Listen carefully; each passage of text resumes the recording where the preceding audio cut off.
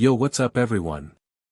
It's Peak Fanfiction, and today we're checking out, what if Naruto was the primordial Kitsune god who woke after 50 years and Rias Akeno and Grayfia all fell instantly. Drop a like if you're hyped. Subscribe for daily content. Let's get this story started. Chapter 1, The world turns while gods sleep. The earth split first. Not dramatically, not the way mountains crack or tectonic plates shudder. It was subtle. A whisper of displacement, soil parting like water, roots withdrawing as if remembering something their ancestors had known. Deep beneath the forgotten shrine in the hills above Kuoh Town, something stirred in a hollow that hadn't seen light since before the Roman Empire was a thought in anyone's mind. Naruto opened his eyes. Darkness. Complete, total, absolute. The kind of darkness that had weight, that pressed against the skin like velvet. He lay on stone, smooth, shaped by hands that had crumbled to dust millennia ago. His tails, all 9, were curled around him like a nest, each one a river of golden white fur that pulsed with foxfire so faint it was barely a suggestion of light. He blinked. Once. Twice. His voice was rough. Unused. 5,000 years of silence had let cobwebs grow on his vocal cords, metaphorically speaking. He sat up slowly, and the motion sent a cascade of dust and small stones rattling off his shoulders. His tails unfurled behind him, stretching, and where they brushed the walls of his resting chamber, the ancient stone hummed with warmth. The ceiling was low. He'd been bigger when he fell asleep, or had the earth compressed around him. He couldn't quite remember. The details of 5 millennia ago were soft around the edges, like trying to recall a dream 3 days after waking. He did remember being bored. Profoundly, achingly bored. The younger gods had been tiresome with their squabbling. The spirits of the land had grown repetitive in their rituals. And the humans had been interesting for a while, with their fire and their stories and their stubborn refusal to die quietly, but eventually even they had become predictable. So he'd slept. Now something had woken him, and he couldn't quite identify what. A shift in the air. A wrongness in the spiritual fabric of the land above him. Something had claimed territory that belonged to no one, territory that, if he was being technical about it, belonged to him. Naruto pressed his palm flat against the ceiling and pushed. The stone didn't break, it moved. Flowed upward and aside like a living thing remembering to make way for its master. Earth and root and rock parted in a column above him, and moonlight spilled down into his tomb for the first time in 5,000 years. He climbed out into the night and stood in the ruins of a shrine. It had been beautiful once. He remembered, vaguely, the cedar pillars, the offerings of rice and fish, the priests who sang songs that were almost right, who painted foxes that almost looked like him. Now it was rubble overgrown with moss and wrapped in the roots of trees that had been saplings when he closed his eyes. The air hit him and he breathed deep. Then frowned. It tasted wrong. Metallic. Layered with something chemical he had no name for. And beneath that, woven through the spiritual fabric of the landscape like an infection, was a signature he didn't recognize. Dark, structured, almost mathematical in its precision. Someone had drawn lines of power across this land. Boundaries. Territory markers. Devil energy. He didn't know the word for it yet, but he could taste what it was, something born from the pit, organized and codified into a system. A claim. Naruto laughed. It came out as a short huff through his nose, barely a sound. Someone had claimed his mountain. His forest. The land where things had prayed to him before prayer was a word. How amusing. He rolled his shoulders, and as he did, his form shifted. The massive fox shape he'd slept in compressed, reshaped, settled into something smaller. Something human-shaped, mostly. A young man, lean, sharp-featured, with whisker marks on each cheek that were less scars and more like the land remembering what he was. Golden hair that defied gravity, messy and wild. Eyes the color of a summer sky, but with slit pupils that caught the moonlight like a cat's. His tails remained, 9 of them, fanning behind him in a lazy arc, each one nearly as long as he was tall. They glowed faintly in the darkness. He could have hidden them. He didn't feel like it. He was wearing nothing, which was an immediate problem he solved by pulling foxfire from the air and letting it settle over his frame as fabric, dark clothes in no particular style, comfortable, easy to move in. He'd figure out what people wore these days soon enough. Naruto stepped out of the shrine ruins and onto the hillside, and the forest reacted. Trees that had been dormant creaked awake. Spirits, tiny, weak things, barely more than suggestions of consciousness, stirred in the underbrush and immediately prostrated themselves in whatever way formless beings could prostrate. An owl turned its head fully around to stare at him, then dropped off its branch and flew as fast as its wings could carry it in the opposite direction. He walked downhill. The forest thinned after a while, and the first signs of human habitation appeared.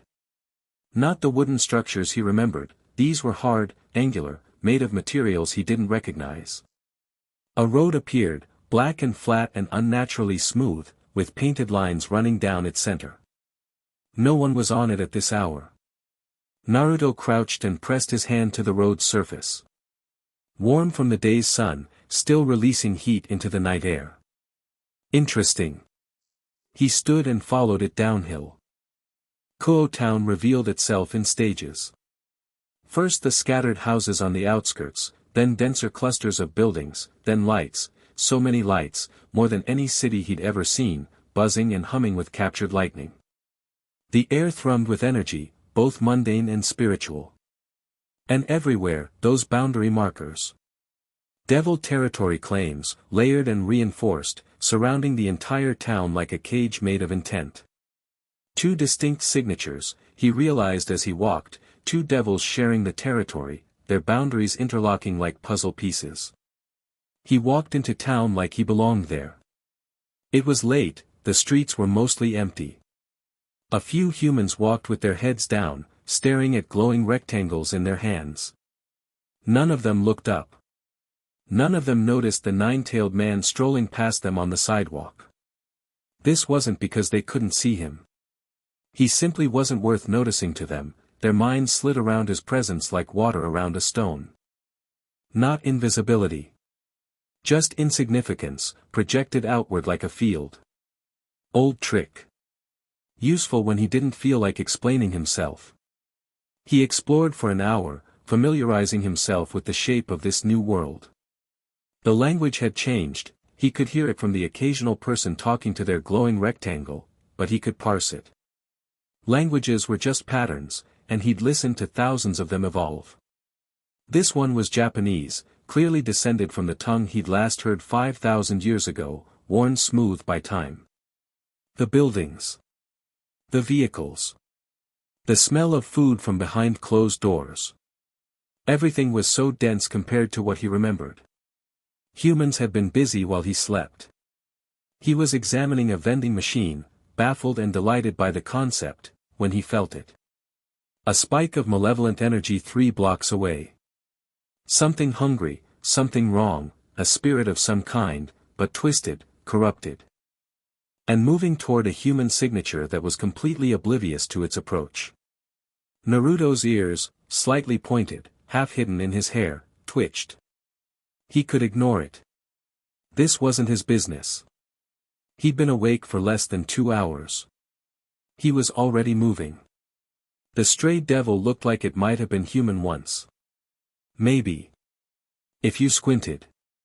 Now it was a mass of limbs and mouths and black ichor, dragging itself down an alleyway toward a teenage boy who'd taken a shortcut home from a late-night convenience store run. The boy couldn't see it. Couldn't feel the killing intent radiating from it like heat from a furnace. But 3 people on a rooftop nearby could. It's moving faster than the report suggested, Rias Gremory said, her crimson hair whipping in the night breeze. She stood at the roof's edge, watching the scene below with calculating blue-green eyes. Beside her, Akeno Himejima smiled that dangerous smile of hers, lightning already crackling between her fingers. "Shall I?" Akeno asked, her voice honey-sweet. Kiba, get the civilian clear. Akeno, hit at the moment, Rias stopped talking. Below, someone walked into the alley. He came from the far end, strolling like he was on a midnight walk through a garden. 9 tails swayed behind him, golden white, luminous, and even from the rooftop, Rias could feel the wall of spiritual pressure that followed him like a tide. It wasn't aggressive. It wasn't even directed at anything. It was simply there, the way gravity was there, the way the sky was above and the earth was below. President, Akeno breathed. The lightning between her fingers had died. Her hands were shaking. I feel it, Rias whispered. The stray devil turned from its prey and oriented on the newcomer. For a moment, its dozen eyes focused on those 9 tails, and what little intelligence remained in its corrupted brain fired a single, absolute warning: run. It didn't run fast enough. The man raised his hand, a casual gesture, like he was waving away a fly, and foxfire erupted in a sphere around the stray devil. Blue-white, cold, ancient. It didn't burn. It unmade. The corrupted spirit came apart at a fundamental level, its existence erased so thoroughly that even the spiritual residue that should have lingered was gone. Clean. Complete. 1 second the stray devil existed, the next, it was less than a memory. The human boy walked on, completely unaware that anything had happened behind him. The man with 9 tails lowered his hand and looked up. Directly at Rias. His eyes caught the moonlight and they were blue, impossibly, vividly blue, with slit pupils that reflected gold. He smiled, and it was the smile of someone who had just discovered something interesting in a world he'd thought might bore him. Rias couldn't move. It wasn't paralysis from fear or power suppression or any technique she'd encountered. It was something older, something in the blood, in the bone, in the part of her devil heritage that remembered what had existed before devils crawled from the underworld.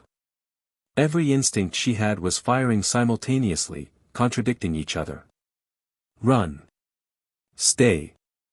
Fight. Submit. Hide. Approach. Era, Akeno said softly beside her, and her voice had none of its usual playful tone. It was small. Almost reverent. The man below held Rias's gaze for a long moment. Then he turned and walked away, disappearing around a corner, his 9 tails trailing behind him like a procession of captured starlight. Rias released a breath she didn't know she'd been holding. Kiba, she said. Get the civilian home. Akeno, with me. We need to follow, President. Akeno's hand was on her arm. Gentle but firm. I don't think we should follow that. I know. Rias's heart was hammering. When was the last time her heart had hammered? When was the last time something had made her feel like prey? I know we shouldn't. But whatever that was just walked into my territory, destroyed a stray devil like it was nothing, and smiled at me. I need to know what we're dealing with. Akeno was quiet for a moment. Then, his energy. Did you feel it? I felt it. It didn't feel like anything I've ever encountered. Not devil, not angel, not fallen. Not dragon, not yokai, or maybe yokai, but old. Older than the classification. Rias nodded slowly. Like something that existed before the categories. Yes. They stood on the rooftop in the warm night air, and for the first time since she'd claimed this territory, Rias Gremory felt like a guest in someone else's house. Naruto made it back to his shrine by dawn. He'd spent the rest of the night wandering, learning, absorbing. The world was fascinating in its complexity. Humans had built so much, and the supernatural world had apparently organized itself into factions and hierarchies while he slept. Devils, angels, fallen angels. He'd pieced together that much from the residual energies scattered around town. 3 distinct flavor profiles, if you thought of spiritual energy as something you could taste. The devils owned this town. 2 of them, young, powerful by modern standards. One was the red-haired girl on the rooftop. He'd tasted her energy, rich and deep, the color of ruin. The other was somewhere to the east, a different signature, more controlled, more precise. Interesting. Not threatening. But interesting. He settled into the shrine ruins as the sun broke over the hills, and decided to fix the place up. Not with construction, with will. He pressed his intent into the land, and the land responded. It remembered. The foundation stones shifted back into alignment. The cedar pillars, long since rotted, regrew from the stumps that remained, pale new wood spiraling upward and hardening in seconds. The roof reshaped itself from fallen timber, tiles growing from raw earth like scales on a dragon's back. By the time the sun was fully up, the shrine stood again. Not as it had been 5,000 years ago, that would have looked absurd in this era. It was simpler now. Clean lines, solid construction, wrapped in an aura of foxfire that kept the trees at a respectful distance. The torii gate at the base of the path reformed last, vermilion red, its paint fresh and vivid. Naruto sat on the shrine's porch, legs dangling, and watched the sunrise paint the town below in gold and pink. 5,000 years, he murmured to himself. And they've built all that. I leave them alone for a little while and they invent. He squinted at the distant lights. Whatever those are. A fox crept out of the underbrush, a real fox, small and orange, with none of his spiritual nature. It approached cautiously, nose twitching, then sat at the base of the porch and stared up at him. Hey, Naruto said. The fox tilted its head. I'm back, I guess. For now. He reached down and scratched behind its ears. The fox leaned into his hand and made a sound that wasn't quite a purr. Tell your friends the mountain is awake. Anything that doesn't belong here has until sunset to leave. The fox blinked at him, then turned and disappeared into the trees. It would spread the word, in whatever way animals communicated these things. By nightfall, every natural creature on this mountain would know, and through them, every minor spirit, every nature entity, every supernatural being that still bothered to listen to the old channels. The primordial Kitsune God was awake. And he was home. Rias didn't sleep that night. She sat in the occult research club's meeting room, surrounded by her peerage, and tried to put into words what she'd felt. A kitsune, Kiba said carefully. He sat across from her, his pretty face marred by a slight frown. A nine-tailed kitsune. In Kuoh. Not just a kitsune. Rias shook her head. Kitsune are classified yokai. They top out at 9 tails, yes, but even the most powerful on record, Tamamonome, Kuzunoha, they feel like candles. What I felt tonight was the sun. You think he's something else? Kaneko asked from her corner, small and still, her cat-like eyes unreadable. I think he's something older than the classification system, Rias said. Something from before the 3 factions organized. Before the Great War. Maybe before any of it. The room was silent for a moment. What do we do? Kiba asked. Rias leaned back in her chair and stared at the ceiling. What did they do? If this entity was hostile, they were already dead. Whatever had killed that stray devil hadn't been an attack. It had been a dismissal. Like flicking away dust. If something could destroy a mid-class stray devil with that level of casual contempt, then Rias and her entire peerage were nothing to it. But it hadn't been hostile. It had smiled at her. We make contact, Rias said. Carefully. Respectfully. I want to know what it wants and why it's here. If it's just passing through, we stay out of its way. If it's staying. She trailed off. If it was staying, what? Ask it to leave. She almost laughed at the thought. If it's staying, we need to understand the situation. I'll go with you, Akeno said. She'd been quiet since they returned, standing by the window, looking out at the pre-dawn darkness. Her voice was strange, soft in a way Rias rarely heard from her. Akeno. When I felt its energy. Akeno turned from the window. Her expression was complicated, wonder and confusion and something almost like pain. My other side reacted. The fallen angel part. It didn't recoil. It didn't feel threatened. It felt recognized. Like whatever that being is existed before the distinction between angel and fallen mattered. Rias studied her queen. Akeno rarely spoke about her fallen angel heritage without bitterness. To hear her mention it with something approaching curiosity was new. Tomorrow afternoon, Rias decided. After classes. We go to where it disappeared, up the mountain. We bring offerings, just in case. If it's kitsune-like, traditional shrine offerings might be appropriate. Rice, sake, fried tofu. And if it kills us? Kaneko asked flatly.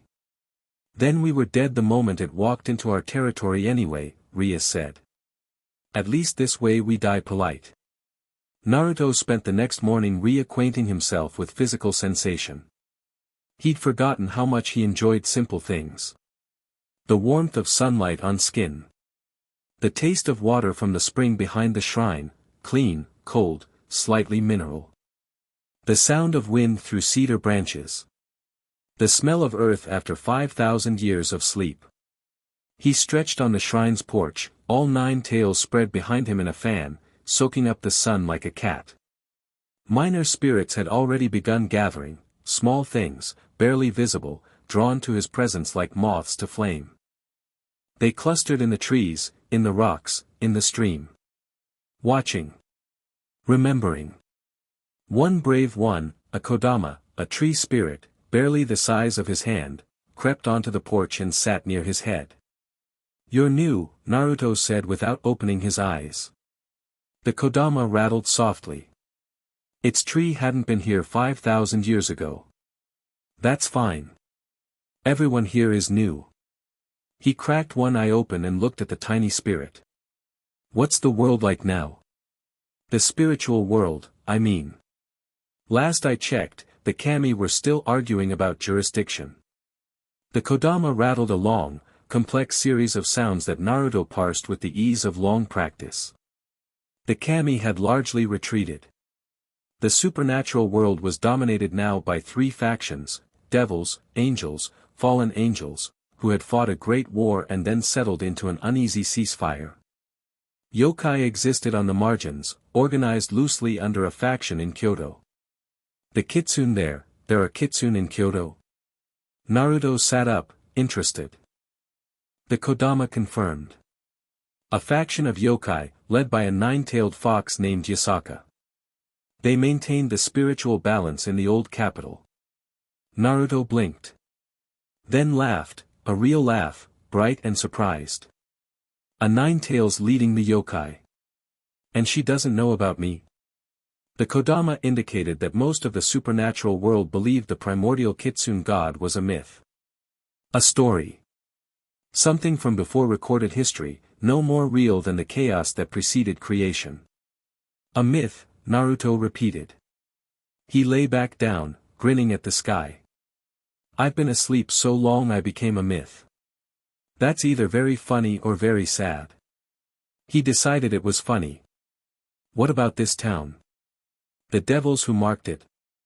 2 young devils. Heiresses to noble houses. They ran the territory jointly, using a human school as their base of operations. Generally peaceful. Kept stray devils out. Didn't bother the local spirits. They noticed me last night, Naruto said. The red-haired one and her friend. They'll come looking. The kodama rattled nervously. Relax. I'm not going to fight anyone. He yawned.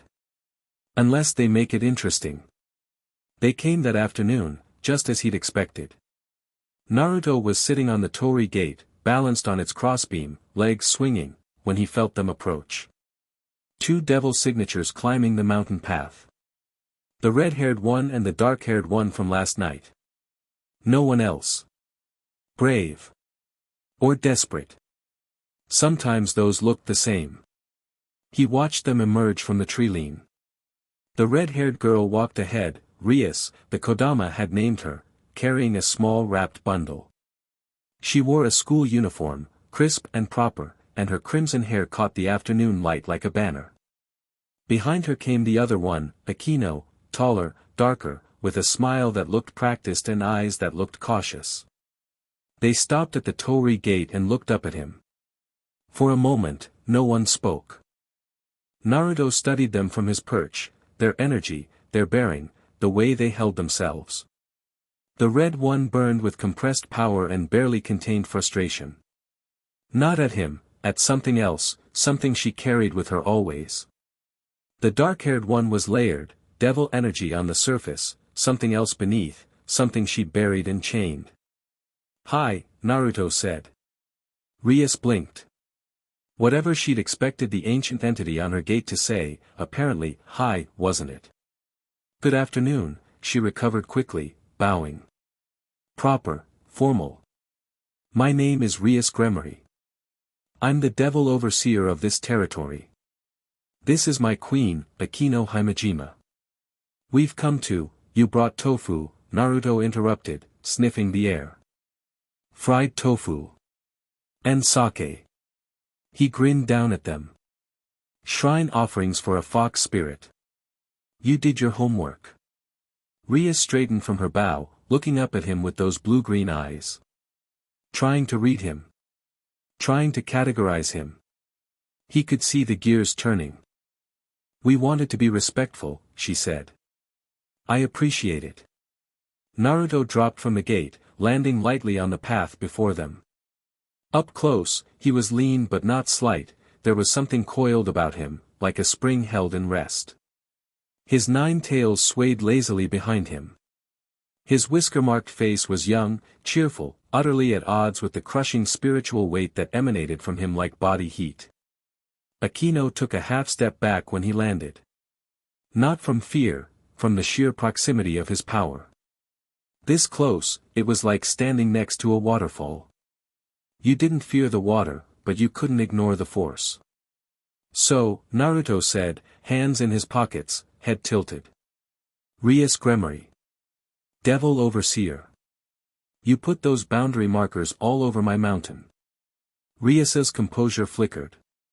"Your mountain? I've lived here for about 8,000 years, give or take. Slept for the last 5,000. But yeah." He gestured around at the shrine, the trees, the ancient stones. "Mine. Don't worry about it, your markers aren't bothering anything. I just thought you should know the actual chain of ownership." Rias opened her mouth. Closed it. Opened it again. 8,000 years. Give or take. I lost count somewhere around the Bronze Age. Time stops meaning much after the first millennium. He reached out and took the wrapped bundle from her unresisting hands, opening it. Fried tofu. He popped one in his mouth and his expression shifted to genuine pleasure. "Oh, that's good. They've gotten better at this while I was out." Akeno was staring at him. Not with Rias's calculating assessment, with something raw. "What, are you?" she asked, and her voice came out barely above a whisper. Naruto chewed his tofu thoughtfully. "Depends who you ask. Kami, yokai, elemental, primordial spirit, I've been called a lot of things. Most of those categories were invented after I already existed, so none of them fit perfectly." He swallowed and met her eyes. "The most accurate answer is that I'm the first kitsune. The one all the others came after. Some people used to call me a god. I didn't really argue with them." Silence. The wind moved through the cedars. Somewhere, a bird sang. "You're the primordial," Rias said. It wasn't a question, it was a realization, something clicking into place. From the myths. The first fox spirit, the one who, she caught herself. Those stories are real. Mostly exaggerated, Naruto said cheerfully. I never actually ate the moon. I just bit it a little. It was being annoying. Rias stared at him. He couldn't tell if she was about to laugh or faint. "Come inside," he said, turning and walking toward the shrine. Sit down. Have some sake with me. I have about 5,000 years of questions, and you two seem like you know how the world works these days. He didn't wait to see if they'd follow. He knew they would. Inside the shrine was warm and simple. A single room, clean tatami mats, a low table that looked like it had grown directly from the floor, cushions stuffed with something that smelled like cedar and moss. Foxfire burned in small orbs near the ceiling, casting everything in soft blue-white light. Naruto knelt at the table and poured sake into 3 cups that definitely hadn't existed before he decided they should. Rias and Akeno knelt across from him, their postures formal, their eyes wide. Relax, Naruto said, pushing cups toward them. I didn't wake up after 5,000 years to hurt anyone. I woke up because something irritated me in my sleep, probably your territory markers, to be honest. Not a complaint. Just an observation. Rias picked up her cup but didn't drink. You said you have questions. Tons. But you go first. You look like you're going to burst. Rias took a breath. Then a sip of sake. Then a slightly larger sip. Are you hostile to the devil faction? I don't know what the devil faction is, Naruto said. I know what devils are, I remember when they were new. But you've apparently organized into something political while I was asleep. I don't have opinions about it yet. Do you intend to stay in Kuoh? For now. This is my mountain. I like it here. The tofu is good. Rias almost smiled at that. Almost. Your presence here creates complications. The devil territories are part of a larger political structure. If the higher-ups learn that an entity of your caliber is residing here unchecked, then they'll learn, Naruto said, unbothered. I'm not hiding. I'm not unchecked either, I just don't answer to anyone's check. Never have. Akeno spoke. The stray devil last night. The one you killed. Killed is a strong word. I cleaned it up. It was already broken beyond repair, whatever made it was the killer. I just finished the job. You did it so easily. Akeno's eyes were fixed on him, dark and searching. Without any effort at all. It wasn't strong. Mid-class strays are dangerous. A full peerage engagement, not to me. Naruto said it without arrogance. Without boasting. Simple fact, like saying water was wet. Very few things are dangerous to me. I can count them on one hand, and most of them are concepts rather than creatures. Silence again. Rias drank more sake. Can I ask you something? Naruto leaned forward on his elbows, studying Rias with those ancient, slit-pupiled eyes. You're a devil heiress. You rule this territory. You have power and servants and everything seems set up nicely for you. So why do you smell like someone who's trapped? Rias went still. Her cup froze halfway to her lips. I have a good nose, Naruto said, tapping the side of his own. Emotions have sense. Yours are complicated. Power and frustration and something like dread. Old dread. The kind that comes from knowing something bad is coming and feeling like you can't stop it. Akeno's eyes snapped to Rias. Something passed between them, a look, a shared knowledge. That's. Rias set her cup down carefully. Personal. Sure. Forget I asked. Naruto leaned back, easy and unbothered. Tell me about the factions instead. Devils, angels, fallen angels, what's the deal? Rias studied him for a long moment. Then something in her expression shifted, a decision made, and she began to talk. She told him about the 3 factions. The great war that had decimated all 3 sides. The ceasefire that had held for centuries. She told him about Devil Society, the noble houses, the raiding games, the evil peace system. She told him about her brother, Surzex Lucifer, one of the 4 current devil kings. Naruto listened. Asked sharp questions. Laughed at absurdities. They turned reincarnation into a chess system. Devils really are dramatic. And through it all, he watched both women with an attention that was almost physical, not predatory, not threatening, just present. Aware of them in a way that most people weren't. When Rias finished, the sake was gone and the afternoon had slid toward evening. So let me get this straight, Naruto said. 3 factions fought until they nearly wiped each other out.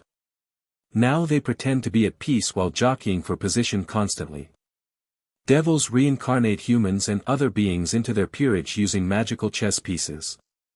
And you, he pointed at Rias, are the little sister of one of the 4 strongest devils in existence. That's the simplified version, yes. And you're still trapped. Rias's jaw tightened. Being someone's sister doesn't make you free, Naruto said. It wasn't a question. Sometimes it makes it worse. People see his shadow instead of your face. The silence that followed was heavy. Akeno was watching Naruto with an expression that had shifted from caution to something more complex, something that looked almost like hope. You see clearly, Akeno said softly. I'm very old, Naruto replied. You learn to see or you go blind. He stood, stretching, tails fanning out behind him. Sun's going down. You two should get back before your people worry.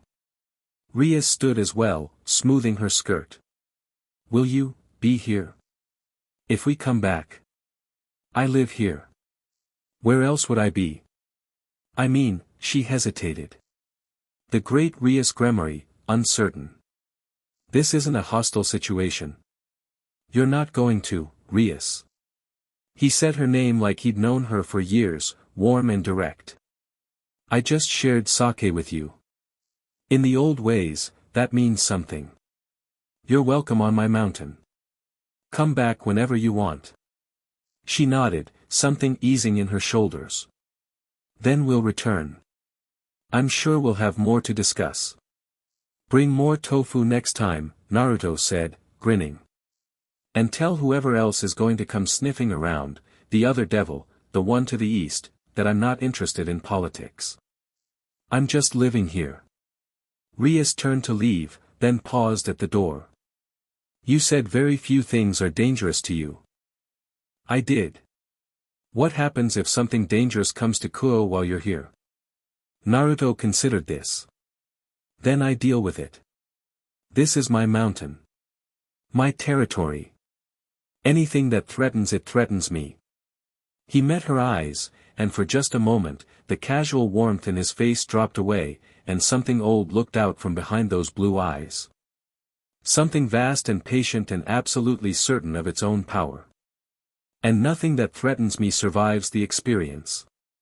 The moment passed. He smiled again, bright and easy. But that's probably not going to happen. Get home safe, Rias. Akeno. They left. Naruto watched them descend the mountain path from his perch on the torii gate, the last of the evening light painting them in gold.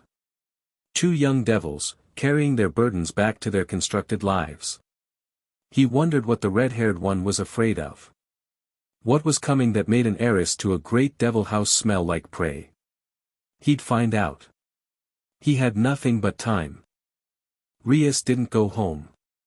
She went to Sona Citri's base of operations, the student council room at Kuoh Academy, and she didn't bother knocking. Sona looked up from her desk, glasses catching the fluorescent light. Rias. It's 8 in the evening. What, we have a situation. Rias sat down heavily across from Sona's desk.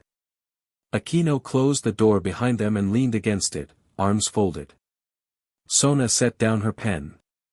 She and Rias had known each other long enough to read each other perfectly, and what she read in Rias's face right now was something she'd never seen there before, genuine awe. The spiritual disturbance from last night, Sona said. You investigated. It's a kitsune, Rias said. A 9-tailed kitsune who claims to be the primordial fox god from before recorded history. He's been sleeping under that old shrine on the North Mountain for 5,000 years and he just woke up. Sona stared at her. The primordial fox god. Yes. From the creation myths. Yes. Rias, those are myths, I felt him, Sona. Rias leaned forward. I watched him destroy a mid-class stray devil with a wave of his hand. Not a technique, not a spell, just will. And his spiritual pressure. I've stood in my brother's presence when he dropped his limiters. This was heavier. Older. Like the weight of the world itself was sitting on my chest. Sona was quiet for a long time. She removed her glasses, cleaned them methodically, put them back on. A thinking habit. What does he want? She asked finally. He says he just wants to live on his mountain. He's not hostile, he served us sake, answered our questions, and told me I was welcome back. Rias paused. He's personable. Warm, even. It's disorienting. A being of theoretically limitless power, residing in our territory, answering to no faction. Sona's voice was carefully neutral. The political implications alone, I know. If Surzex finds out, I know. If the elders find out, Sona. I know. Rias rubbed her temples. But what are we going to do about it? Ask him to leave. Threaten him? A being who was old when our species was new? No. Obviously not. Sona folded her hands. We manage information. We don't report this until we understand it better. If asked about the spiritual disturbance, we say we're investigating, which is true. Rias nodded slowly. That bought them time. Not much, but some. There's something else, Akeno said from the door. Both devils looked at her. His energy. It doesn't register on any faction spectrum I know. It's not devil, not angel, not fallen. It's completely outside the system. Which means faction detection barriers won't flag him. As far as any automated warning system is concerned, he doesn't exist. Sona's eyebrows rose. That's convenient. Or terrifying, Rias said. Depending on perspective. Both, Sona decided. I want to meet him. I'll arrange it. And Rias? Sona's voice stopped her at the door. Your engagement meeting with Riser is in 1 week. Whatever this situation is, don't let it distract you from, I'm aware. Rias's voice went cold. Flat. That old dread again, crystallized into a single name. Riser. Good night, Sona. She left. Akeno followed, and they walked through the darkened school grounds in silence. He saw it, Akeno said eventually. Whatever you're carrying about the engagement. He saw it immediately. I know. In the space of one conversation, he read you more clearly than people who've known you for years. I know, Akeno. Akeno was quiet for a few steps. Then, he looked at me and didn't flinch. Rias glanced at her. My other half, Akeno said. It was right there at the surface, I couldn't control it, his presence pulled it forward, and he looked right at it and didn't flinch. Didn't recoil. Didn't even seem to notice it as anything unusual. He said he's from before the distinction between angels and fallen existed. Yes. Akeno's voice was very small. So to him, I'm not broken. I'm not two things at war. I'm just one thing that he doesn't have a negative category for. Rias reached over and took Akeno's hand. Squeezed it. They walked home under stars that seemed brighter tonight, as if the sky itself had woken up a little. On his mountain, Naruto lay on the shrine roof and counted constellations. They'd shifted. Of course they had, 5,000 years of stellar drift. The patterns were different now. New stories written in the sky. He'd have to learn them. A presence approached from the north, not the two devils from earlier. Something else. Faster, more purposeful, and wrapped in a concealment technique that would have fooled anyone with less than 10,000 years of experience. Naruto didn't sit up. Didn't tense. Just kept looking at the stars while the presence drew closer, resolved itself at the edge of his shrine grounds, and stopped. "You can come out," he called. "The hiding thing isn't working."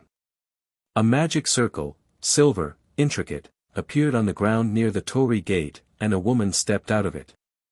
She was tall, elegant, with silver hair that fell like mercury and eyes that matched. Her maid uniform, because it was undeniably a maid uniform, even if it was the most regal maid uniform ever conceived, was immaculate. And her power. Naruto sat up. There was something worth noticing. Not in terms of threat, she was still infinitely below him, but in terms of quality. This woman's power was refined like a blade that had been sharpened every day for centuries. Controlled. Dense. Layered with experience and will and absolute discipline. "Hello," Naruto said from the roof. "You're new." Grayfia Lucifuge looked up at the nine-tailed being lounging on the shrine roof like a cat in a sunbeam, and for the first time in longer than she could remember, she was uncertain. She'd been sent by Surzex. Not officially, nothing about this was official.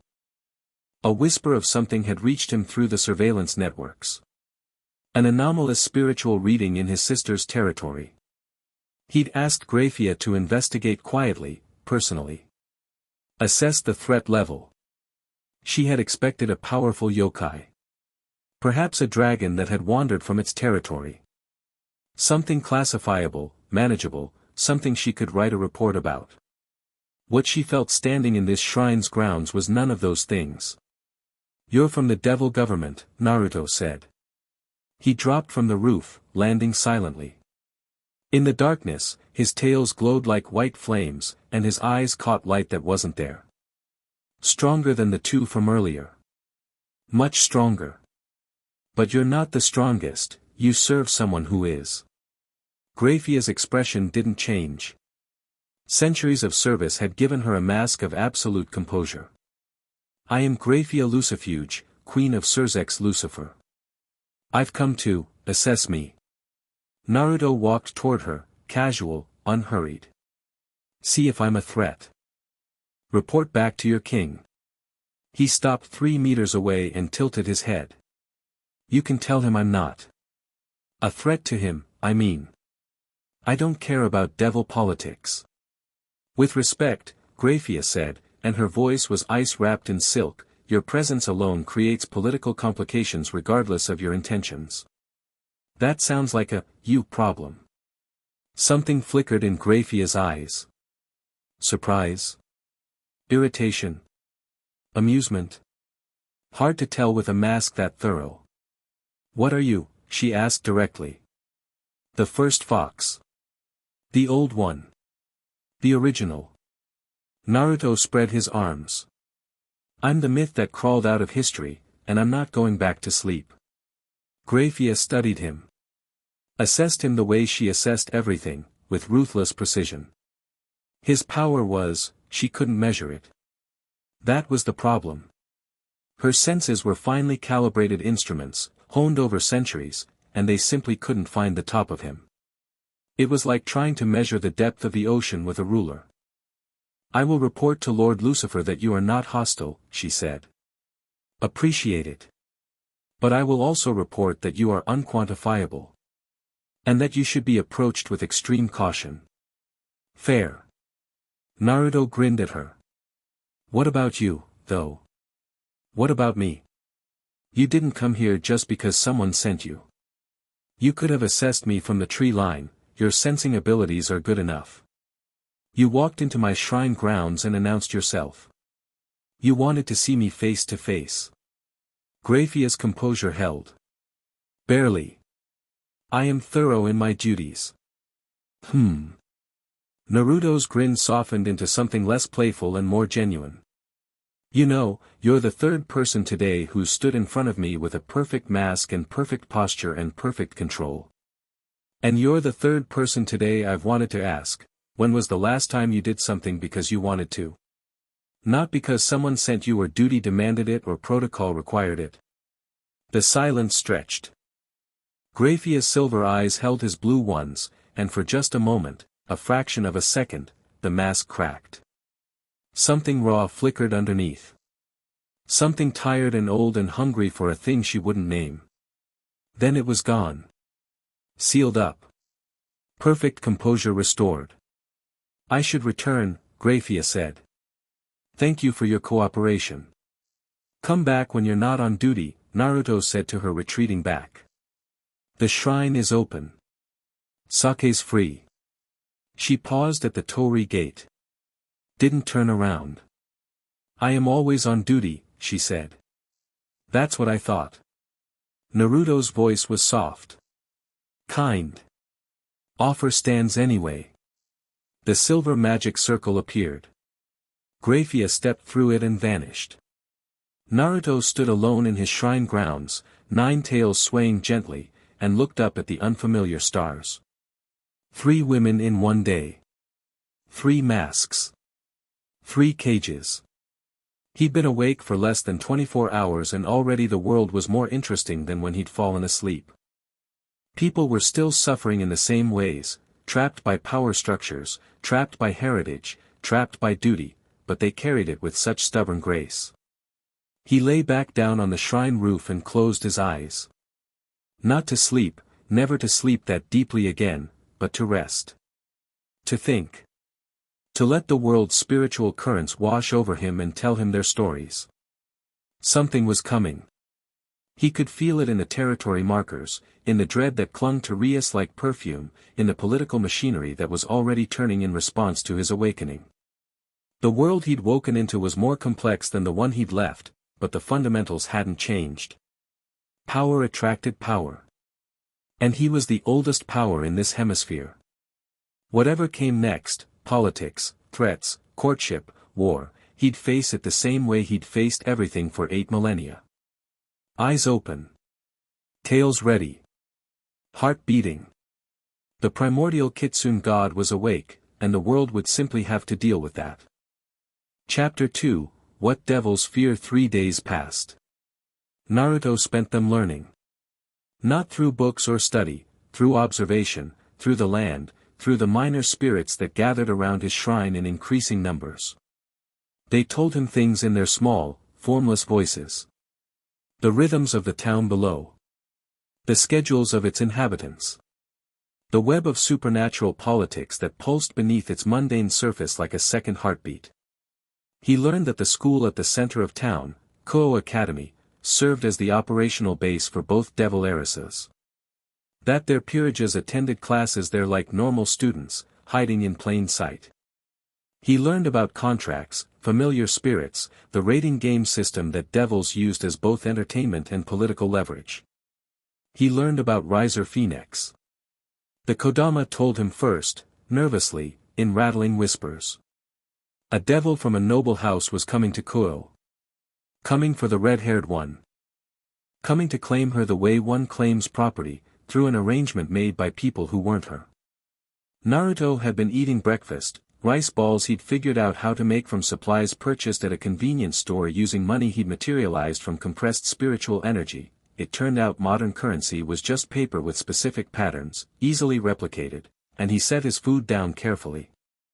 An arranged marriage, he said. The Kodama confirmed. The Gremory heiress was betrothed to the 3rd son of the Phoenix house. Had been since before she was old enough to consent. The engagement meeting was days away. And she doesn't want it. That was obvious, the Kodama rattled. Everyone who spent 5 minutes near Rias Gremory could feel the chain around her neck. Naruto picked his rice ball back up and bit into it, chewing thoughtfully. Not his problem. Not his world, not his politics, not his concern. Except she'd shared sake with him, and that meant something.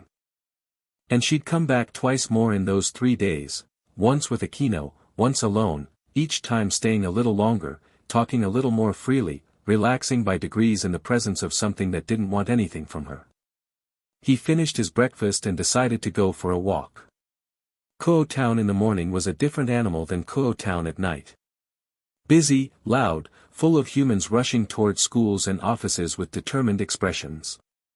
Naruto walked among them with his tails hidden this time, not out of fear, but out of practicality. He discovered that visible tails caused humans to short-circuit in ways that were amusing once but tedious repeatedly. He wore what he'd observed to be normal clothing, dark jeans, a black t-shirt, sneakers he'd copied from a store window.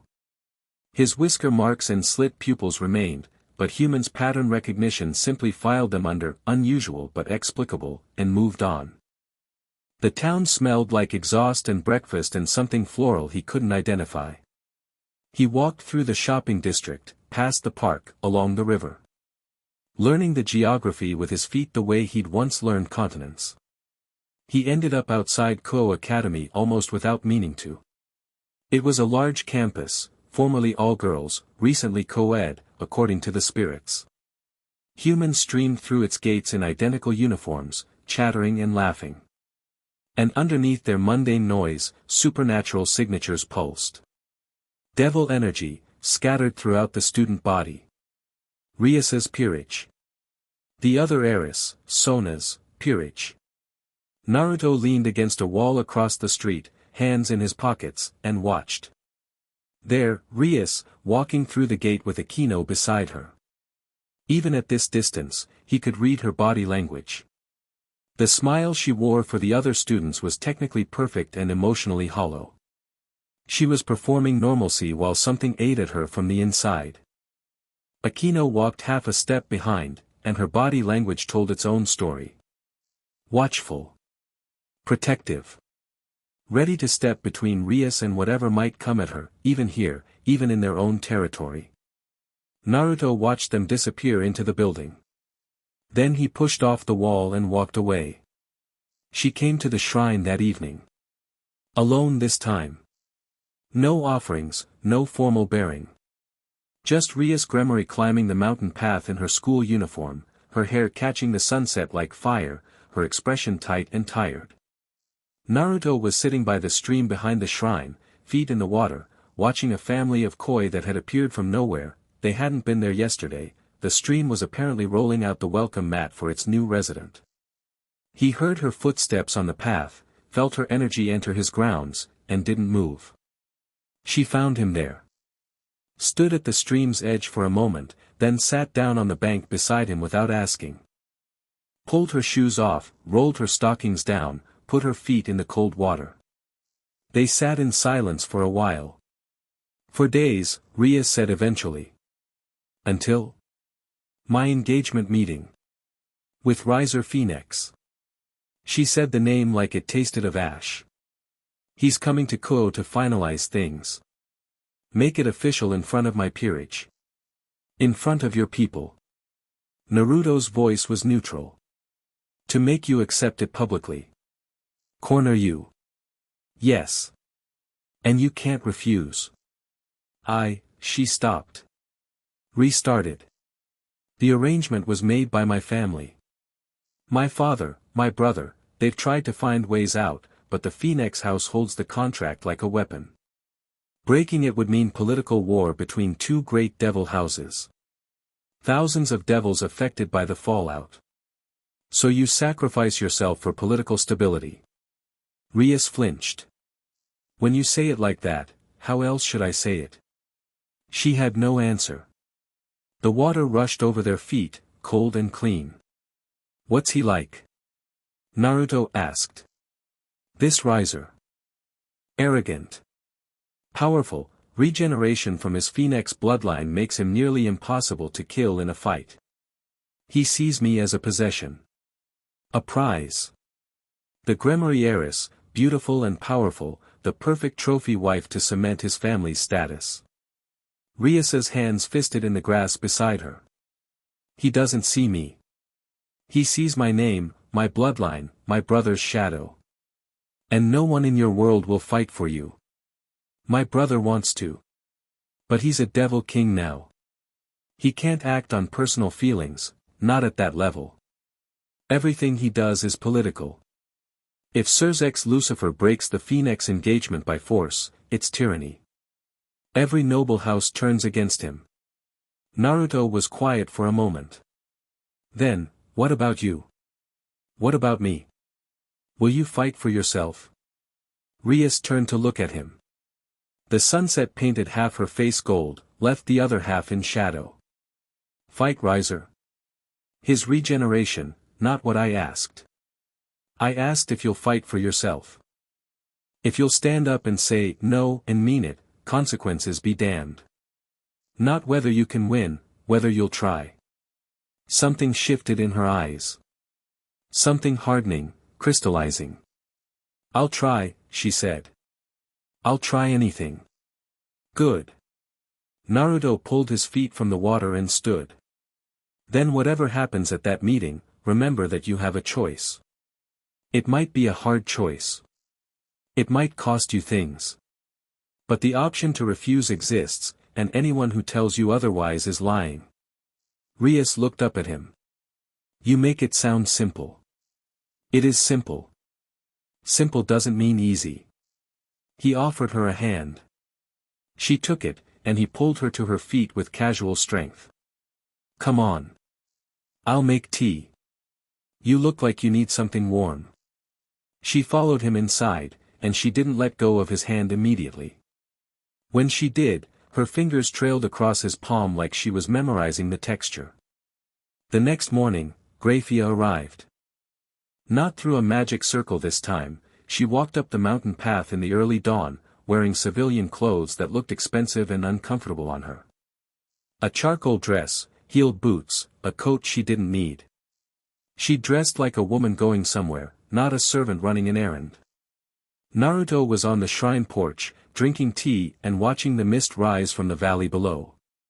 He felt her coming from half a mile away and had a second cup ready by the time she reached the torii gate. She stopped there. Looked at the cup steaming on the porch railing. Looked at him. You said to come back when I'm not on duty, she said. I did. I have 2 hours before my next obligation. Then sit down. She climbed the steps and sat, not on the cushion he'd set out, but on the porch edge beside him, feet hanging over the drop. It was the least formal thing he'd seen her do. She took the teacup and held it in both hands, not drinking yet, letting the warmth soak into her fingers. I told Lord Lucifer what you are, Grayfia said. Or what I believe you to be. What did he say? He was silent. For a long time. Then he asked if you were a threat to his sister. What did you tell him? I told him you were the opposite of a threat to her. Grayfia sipped her tea. I don't know why I said that. I have no evidence for it. Instinct. I don't operate on instinct. I operate on information and analysis. And yet. The corner of her mouth twitched. Not quite a smile, but the closest thing to one he'd seen from her. And yet. They drank tea in comfortable silence. The mist below shifted and curled, revealing and concealing the town in patches. Birds sang. A fox, one of the many that had begun congregating on the mountain, sat at the base of the steps and groomed itself. How old are you? Naruto asked. That's impolite. I'm 8,000. Politeness stops mattering after the first few centuries. Another almost smile. I am approaching my second millennium. Baby. This time she actually did smile, briefly, before catching herself. You are, not what I expected. What did you expect? Something terrible. Something cold and alien and ancient beyond comprehension. She looked at him sideways. Not someone who drinks tea and teases. The terrible and cold and alien thing is still in here, Naruto said, tapping his chest. But that's not all I am. Nothing is just one thing. Not even primordial fox gods. Grayfia turned her cup in her hands. The engagement meeting is in 3 days. I know. Rias told me. You've grown close to her. She needed someone to talk to who wasn't inside the cage with her. And you're outside the cage. I'm outside every cage. That's what being me means. Grayfia was quiet. Then, Riser Phoenix is powerful for a young devil. His regeneration makes him functionally immortal in combat, he recovers from any wound almost instantly. Even among high-class devils, he's formidable. You're telling me this because if it came to a fight, Grayfia. He said her name gently, directly, and she went still. If Riser Phoenix threatens someone under my protection, his regeneration won't matter. You can't regenerate from nothing. You can't come back when you've been unmade so completely that reality forgets you existed. She stared at him. Not with fear, with something else. Something that looked almost like relief. But, Naruto continued, I don't think that's how this should go. Rias needs to fight her own battle. She needs the world to see her stand up, not me standing up for her. If I just obliterate her problems, she's still in a cage. Just a different one, with a different master. You've thought about this. I've seen this pattern before. 100 times, 1,000 times, across millennia. The strong protect the weak and call it kindness, and the weak never grow, and the strong feel needed, and nothing changes. He finished his tea. That's not what I want for her. What do you want for her? I want her to know she has choices. I want her to make them herself. And I want whoever tries to take those choices from her to understand that there are consequences, not from me, but from the universe. From the fundamental wrongness of caging a free thing. Grayfia set her empty cup on the porch. And if the consequences aren't enough? If the system is rigged against her? Naruto grinned, sharp, fox-like, full of teeth. Then I'll make sure the system plays fair. That's different from fighting for her. I'll make sure the game isn't rigged, and then she fights it on her own terms. You do that? She brought me tofu and shared sake with me. I've gone to war for less. Grayfia stood, brushing invisible dust from her dress. Her 2 hours were approaching their end, he could see her mask sliding back into place, the servant reassembling herself over the woman who'd been sitting on his porch. Grayfia. She paused. You're welcome here. Not the Queen of Lucifer. Not the strongest queen in the underworld. Not the silver-haired Queen of Annihilation or whatever they call you. He looked up at her, and his ancient eyes were warm. You. The woman who dresses in uncomfortable clothes on her day off because she's forgotten how to dress for herself. You're welcome here. She left without responding. But she walked slower down the mountain than she'd walked up it. 3 days passed like water through fingers. Naruto felt the energy in the town shift as the engagement meeting approached.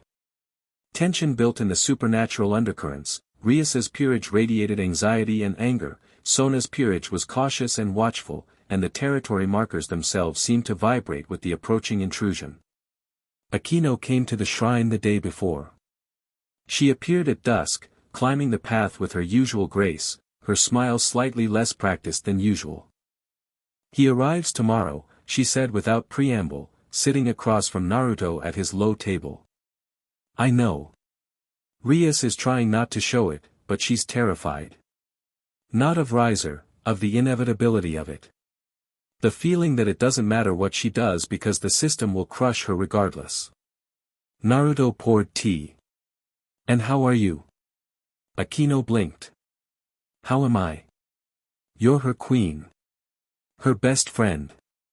You've been carrying her fear alongside your own for weeks, months, probably years. How are you? Akeno's practiced smile flickered. For a moment, something real showed through, exhaustion, anger, a fierce protectiveness that bordered on desperate. I'm angry, she said. I'm angry that the world works this way. That someone like Rias, who is good, who cares about her people, who deserves to choose her own life, is being sold like livestock because of politics. Good. Be angry. And I'm. She trailed off. Looked at her hands. I'm afraid of what will happen to me if she's taken away. If Riser takes her, the peerage goes with her. I become his property too. Part of his collection. That won't happen. You sound certain. I am. Naruto leaned back, his tail shifting behind him like a living curtain. Not because I'll stop it, because Rias will stop it. She just needs to remember that she can. Akeno studied him across the table. The foxfire lamps cast soft shadows on her face, highlighting the sharp beauty of her features, the dark fall of her hair. You have a lot of faith in her. I have faith in anyone who's angry enough to fight. Resignation is the enemy, not Riser, not the Phoenix House, not devil politics. The moment someone decides they won't accept it anymore, the cage is already breaking. You really believe that? I've watched it happen for 8,000 years. Akeno smiled, a real one, small and private. I can see why she's drawn to you. You make things feel possible. Things are possible. People just forget. They sat together as darkness fell, and Akeno told him about herself, not the performance, not the sadistic queen, not the shrine maiden mask. About her mother, murdered for loving a fallen angel. About her father, Barakiel, who she couldn't forgive.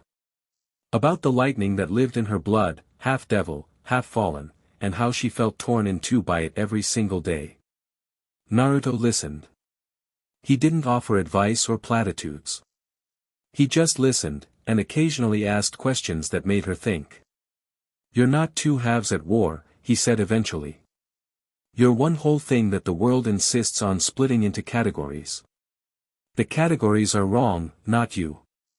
Akeno's eyes were bright. Not tears, she wouldn't cry. But bright. You keep saying things like that. Is it helping? I don't know yet. She stood, smoothing her skirt. But I think it might be. Come back after the meeting tomorrow, Naruto said. Whatever happens, come tell me about it. You won't be there. I wasn't invited. Akeno's expression shifted, considering, calculating. What if you were? Rias called him that night. Not by phone, by familiar. A small bat-like creature materialized at his shrine with a message scroll in its claws.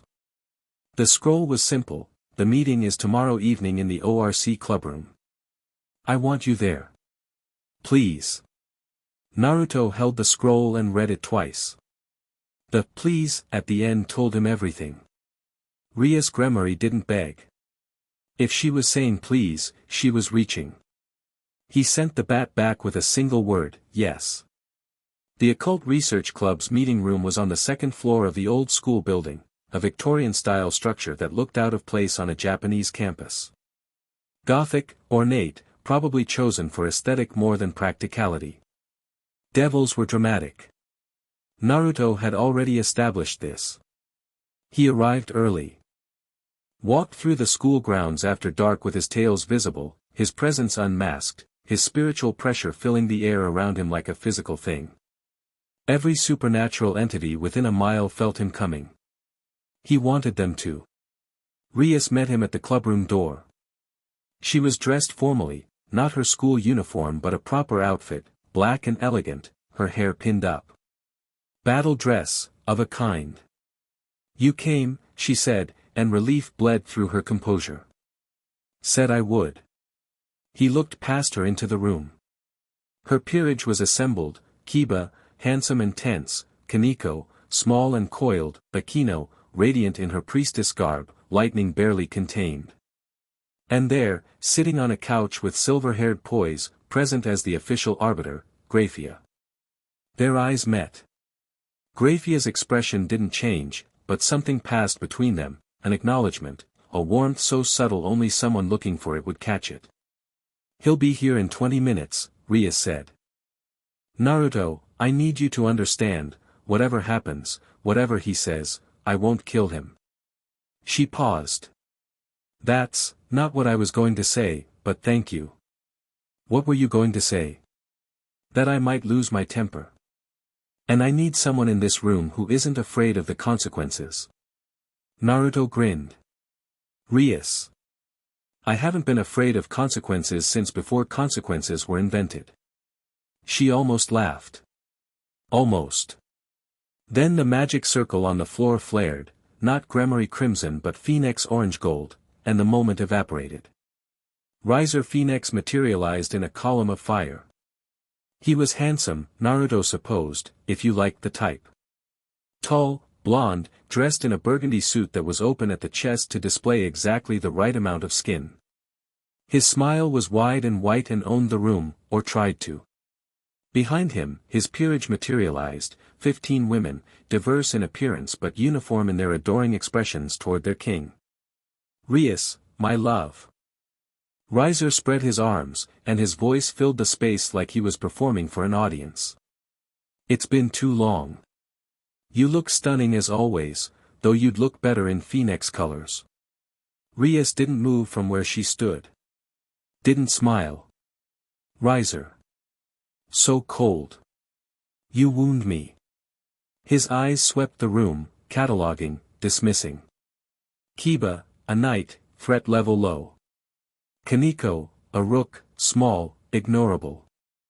Akeno, the priestess of thunder, worth a moment's attention for her beauty if nothing else. Grayfia, the arbiter, power incarnate but neutral by requirement. Then his eyes landed on Naruto.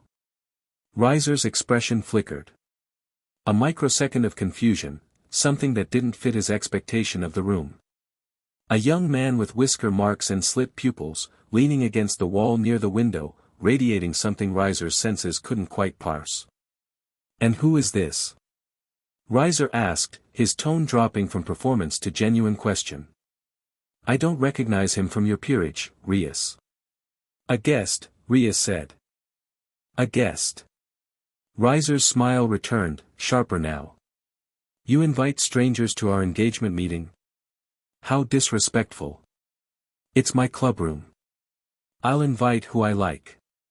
Riser's eyes narrowed slightly, then he dismissed Naruto with a visible decision, filed him under unimportant, and turned his attention back to what he considered the main event. Naruto let him. For now. Shall we discuss the terms? Riser said, dropping onto the couch across from Grayfia with the sprawl of someone who owned the furniture. Two of his peerage members flanked him immediately, draping themselves on either side. Or rather, shall we confirm them? The contract is clear, Rias. Our families agreed. The wedding will be in, no. One word. Rias said it clearly, calmly, and the room went absolutely still. Riser's smile froze. Excuse me? No. I won't marry you. I refuse the engagement. You can't refuse, I just did. Riser stood. His pleasant expression dissolved, replaced by something harder, something that showed the centuries-old devil beneath the charming exterior. Rias. We've discussed this. Your family, my family can discuss it with me. Not with you. Not through you. Rias stood her ground, chin lifted, eyes blazing. I am not property to be transferred. I don't care what contract exists, I didn't sign it, I didn't agree to it, and I'm rejecting it. You ungrateful, Riser caught himself. Reformed his expression into something patronizing, indulgent. You're being emotional. It's understandable, you're young. But this is how our world works, Rias. Bloodlines must be preserved. The Gremory name belongs to me. Not to you. Riser's peerage shifted nervously behind him. This wasn't how these meetings went. The script called for Rias to protest weakly, for Riser to be magnanimous, for the terms to be confirmed over her token resistance. The script was burning. Grayfia, Riser said, turning to the silver-haired arbiter. As the representative of the Lucifer, please remind Lady Gremory of her contractual obligations. Grayfia stood. Her expression was marble, perfectly neutral, perfectly composed. But Naruto, watching from his wall, saw the barely perceptible tension in her jaw. The way her hands were just slightly too controlled. Lady Gremory, Grayfia said formally. The engagement contract between House Gremory and House Phoenix is binding under Devil Law. Refusal without cause is, what if there's a rating game? Everyone turned to look at Rias. Her eyes were burning now, not with desperation but with fierce determination. Devil law allows for disputes over engagement contracts to be settled by rating game. I invoke that right. Riser laughed. Genuinely laughed, a sound full of contempt and amusement. A rating game? Against me? Rias, my darling, I've competed in dozens. My record, I know your record. Then you know you'll lose. Maybe. Rias's voice was steel. But I'd rather lose fighting than win by surrendering. Riser's amusement curdled into irritation. You're embarrassing yourself. And for what? Some childish notion of romantic freedom? We are devils, Rias. We don't marry for love, we marry for power. You marry for power. I won't. You will. Riser stepped toward her, and his aura flared, hot, oppressive, flames licking at the air around his shoulders. One way or another, you will. The contract, back up. Naruto hadn't moved from his wall. Hadn't raised his voice. But the two words cut through the room like a blade through silk, and Riser stopped as if he'd hit a physical barrier. Because he had.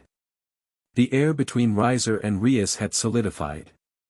Not visibly, there was no flashy barrier, no technique, no magical circle. The space simply refused to let Riser pass through it. Like reality itself had decided that Riser Phoenix needed to be 3 feet further from Rias Gremory than he currently wanted to be. Riser turned.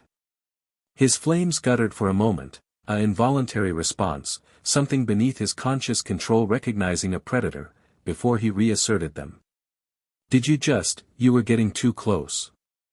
Naruto pushed off the wall and walked forward. He wasn't doing anything, not flaring his aura, not showing his tails, not leaking even a fraction of his true nature. He was just walking. But every step reduced the temperature of the room by degrees, and every pair of supernatural eyes in the space tracked him with the focus of prey watching a shadow move. I don't know who you are, Riser said, and there was a thin edge to his voice that hadn't been there before, but you have no standing in this discussion. This is between noble houses, you're right. I have no standing in your politics. Don't care about your houses or your contracts. Naruto stopped beside Rias, close enough to be a statement but not so close as to crowd her. But she's my friend. And you were getting aggressive with my friend. So I'm asking you, politely, to back up. Riser's pride warred visibly with his instincts. His pride won, barely. And if I don't? What will you do, boy? Do you know who I am? I am Riser Phoenix, third son of the House of Phoenix, and I, Naruto let one tail slide into visibility. Just one. It materialized behind him like a banner of captured starlight, swaying gently, radiating a spiritual pressure that made the windows rattle. Riser stopped talking. His flames went out. Not suppressed, not controlled, extinguished. Like a candle in a hurricane. His phoenix fire, the manifestation of his bloodline, his immortality, his identity, gone. Snuffed by proximity to something so far beyond him that comparison was meaningless. Wah! Riser's hand went to his chest, as if checking that his heart still beat. What did you? I didn't do anything, Naruto said. Your fire just knows what mine is. And it's being respectful. He smiled, and it was pleasant, and it was the most terrifying thing anyone in that room had ever seen. You should follow its example. The silence was absolute. Riser's peerage had gone white. Grayfia's composure had cracked, not with fear, but with something like savage satisfaction that she buried immediately. Akeno's hand had gone to her mouth, hiding an expression that was half shock and half something far too pleased. Rias stared at Naruto's single visible tail, then at Riser's extinguished flames, then at Naruto's face. And for the first time in months, the dread in her eyes was gone. Replaced by something blazing and alive. The rating game, Rias said, her voice carrying in the silence. I invoke my right. Grayfia, please confirm. Grayfia stepped forward, and her voice was perfectly professional even as something burned in her silver eyes. Under devil law, Lady Rias Gremory invokes her right to contest the engagement contract through raiding game. Lord Riser Phoenix, do you accept the challenge? Riser's jaw worked. His pride was a living thing, thrashing and screaming inside him. He'd just been humiliated, his fire extinguished like a match by a stranger. Every instinct told him to retreat, regroup, investigate. But accepting the raiding game was easy. He'd win it. He always won. His peerage was full, experienced, battle-tested. Rias had a half-strength peerage of young, untested pieces. The outcome was predetermined. Fine, Riser said. His composure was returning, his pride building a narrative it could survive. The stranger had used some trick, a sacred gear, perhaps, or some unusual power. It wouldn't matter in a raiding game where the stranger couldn't interfere. I accept. 10 days from now. Standard rules. Agreed, Grayfia said. Riser turned to Naruto one last time. Tried to find his fire, found it, it was coming back, slowly, like a pilot light reigniting. I don't know what you are. But you won't be in the raiding game with her. This is between Rias and me. I know, Naruto said. Wouldn't dream of it. Riser scoffed, turned, and his magic circle flared beneath his feet. In a column of reluctant fire, he and his peerage vanished. The room exhaled. Holy shit, Kiba said, which was the first time Rias's knight had ever sworn in front of his king. Kaneko was staring at the spot where Naruto's tail had appeared. He put out a phoenix's fire. By existing near it, Akeno breathed. He just existed, and the fire went out. Rias was trembling. Not with fear, with adrenaline, with relief, with the wild energy of someone who just jumped off a cliff and found they could fly. It worked. I said no. I actually said no and it worked. You said no, Naruto confirmed. You fought for yourself. I just made sure he didn't get physical about his tantrum. Rias turned to him, and her eyes were wet, and she was smiling, really smiling, not the performance. Thank you. Don't thank me. You did the hard part. He let his tail fade from visibility. Now you have 10 days to prepare for a fight. Against a full peerage with decades of raiding game experience. Against a man whose fire goes out when something stronger is nearby. Naruto met her eyes. Fire isn't special, Rias. It's just energy. And you have plenty of your own. Grayfia approached them, her formal bearing firmly in place but something softer around her eyes. I'll establish the terms and timeline. 10 days, standard raiding game rules, neutral dimension. Grayfia, Naruto said. A word? After. She met his eyes.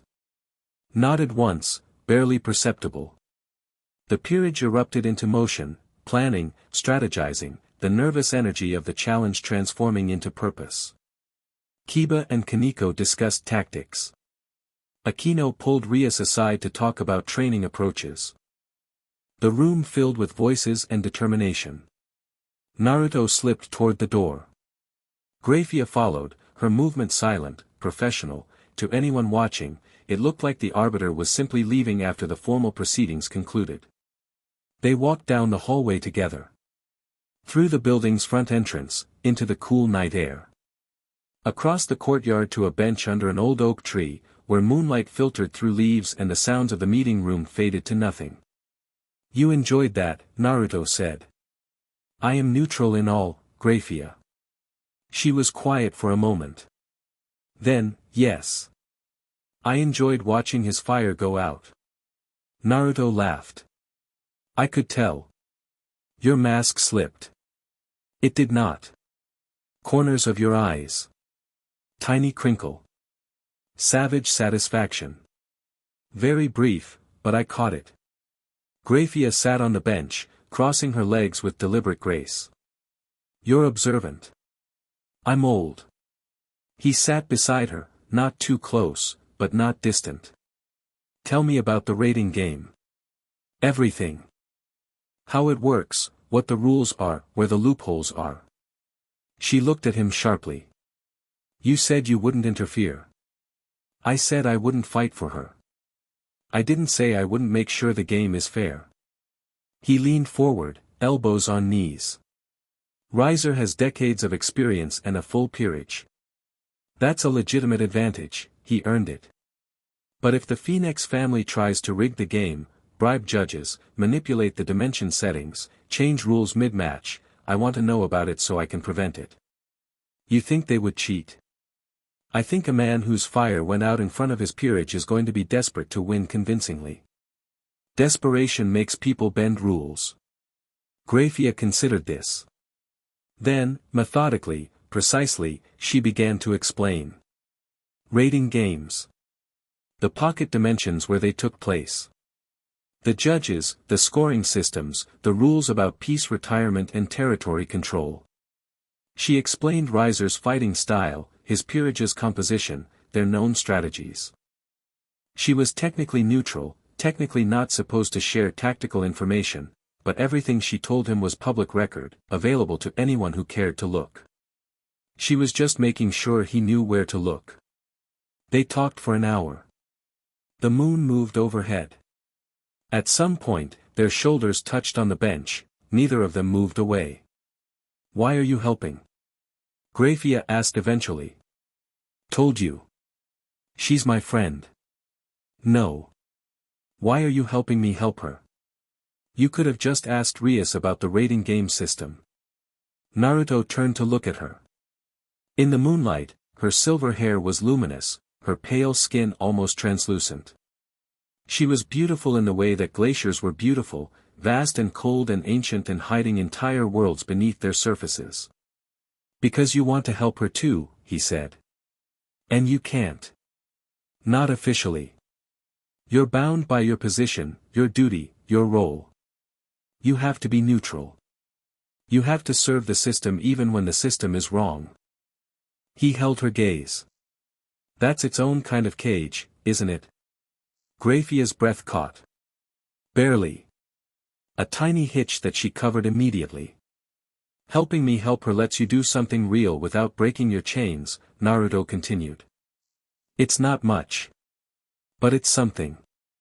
You understand too much, Grayfia said quietly. I've been watching people for a very long time. She stood. Smoothed her dress. The mask was back, Queen of Lucifer, Arbiter, strongest queen, untouchable. But her eyes, when they met his, were warm. 10 days, she said. I'll be overseeing the game. If I notice irregularities in the setup, I will address them officially, as is my duty as Arbiter. And if you notice things that aren't quite irregularities but aren't quite fair either, then I might mention them. Casually. To someone with no official standing who happens to be nearby. Naruto smiled. Thank you, Grayfia. She turned to leave. Took 3 steps. Stopped. Naruto. Yeah. The way he looked at her. Riser. Her voice was tight. Like she was already his. Like her refusal was, amusing. A game she was playing before she inevitably gave in. I saw it. I've seen that look before. Directed at many women, over many centuries. She didn't turn around. It never stops being infuriating. No. It doesn't. If she loses the rating game. Grayfia's hands fisted at her sides. The contract becomes absolute. There will be no further recourse. She won't lose. You sound certain. I am. Grayfia walked away into the darkness, her heels clicking on the stone path. Naruto watched her go, then looked up at the moon. 10 days. A lot could happen in 10 days. He walked back to the shrine through the quiet streets of midnight Kuoh. His mind was working, not worrying, because worry wasn't something that applied to him, but turning over problems, examining them from angles. Rias needed to win the raiding game. She needed to do it herself, with her peerage, through her own strength and strategy. He believed she could. Her power was immense for her age, and her peerage, while young, was talented. But Riser's advantage was real. Experience, numbers, immortal regeneration. In a straight fight, he would wear them down and outlast them. So she needed to not fight straight. He was thinking about this when he felt the second disturbance of the night. Not in Kuoh, further away. Miles away, at the edge of his spiritual awareness. A ripple in the supernatural fabric of the region. Something watching. Something testing the boundaries. Naruto stopped in the middle of the street and turned his head north. His eyes narrowed, pupils contracting to slits. There. At the very edge of his range. A fallen angel signature, strong, old, burning with malice and intent. Not hiding, exactly, but not announcing itself either. Lurking. Observing. It had been watching Kuoh for at least a day, he realized. Probably longer. The territory markers would have masked it from the devil overseers, but Naruto's senses operated on a completely different level. He could feel it the way you could feel someone staring at the back of your head. The signature noticed his attention. He felt it flinch, a massive, powerful entity flinching, and then withdraw, pulling back behind layers of concealment that would have fooled anyone else. Not him. Naruto filed it away. Not an immediate threat. But something to watch. Something planning. He continued walking home, and the night wrapped around him like a cloak. The next morning, Akeno came to the shrine at dawn. She looked like she hadn't slept. Her hair was loose, not in its usual ponytail, and she wore casual clothes, jeans and a sweater that looked borrowed. Her expression was raw in a way he hadn't seen from her before. "It's back," she said without greeting, sitting on the porch steps. My fallen angel sighed. "After last night, after feeling your power that close, it's surging. I can't control it." Naruto sat beside her. "Show me." Akeno held out her hand. Lightning crackled between her fingers, but not her usual violet-white devil lightning. This was tinged with gold. Fallen angel energy, holy lightning, the inheritance of her father's blood. "It hasn't been this strong since I was a child," she whispered. "Since before I sealed it away." "Why did you seal it?" "Because it's his. My father's. The man who wasn't there when my mother was killed. The man who," she cut herself off, fist clenching, lightning dying. "I don't want anything that comes from him." "Akeno." Naruto's voice was patient. Infinitely patient, the way mountains are patient. "Come here. Give me your hand." She looked at him uncertainly. Then extended her hand. He took it in both of his, gently, carefully, and something shifted. His spiritual pressure, usually ambient and passive, focused. Flowed into her hand, through her circuits, touching the energy that coiled inside her. Akeno gasped. Not from pain, from recognition. His power moved through her like warm water, and where it touched her fallen angel half, it didn't recoil or conflict. It resonated. Harmonized. Like two instruments finding the same key. "There," Naruto said. "Feel that?" "It's not fighting," Akeno breathed. "It's never, they never, my devil side and my fallen side, they're always at war, always pulling in different directions, because you treat them as enemies. You suppress one to empower the other." He released her hand. "But they're both you. They come from the same place, from you, from your soul, from whatever fundamental thing makes Akeno Himejima exist. The categories devil and fallen angel are labels that other people put on energy that is, at its core, just yours. You make it sound so simple. It is simple. It's not easy. But it's simple. She stared at her hand. Flexed her fingers. And for a moment, just a moment, both energies rose together. Violet and gold, intertwined, not fighting but dancing. Then it collapsed back into its usual suppressed state. But she'd felt it. The possibility of wholeness. How do I hold that? She asked. How do I stay there? Practice. Stop treating half of yourself like a disease. Let it exist without judgment. He bumped his shoulder against hers. And maybe stop hating your father. Not for his sake, for yours. Hatred is a chain, and you've got enough of those. Akeno was quiet for a long time. Then she leaned sideways, just slightly, her shoulder resting against his. Rias needs to train for 10 days. She does. I need to train too. If I could access my full power, both halves, in the raiding game. That would significantly change the math. Will you help me? Naruto considered. It's your fight. Your growth. I'm not going to pour my power into you or give you some shortcut. I'm not asking for a shortcut. I'm asking for. She searched for the word. A mirror.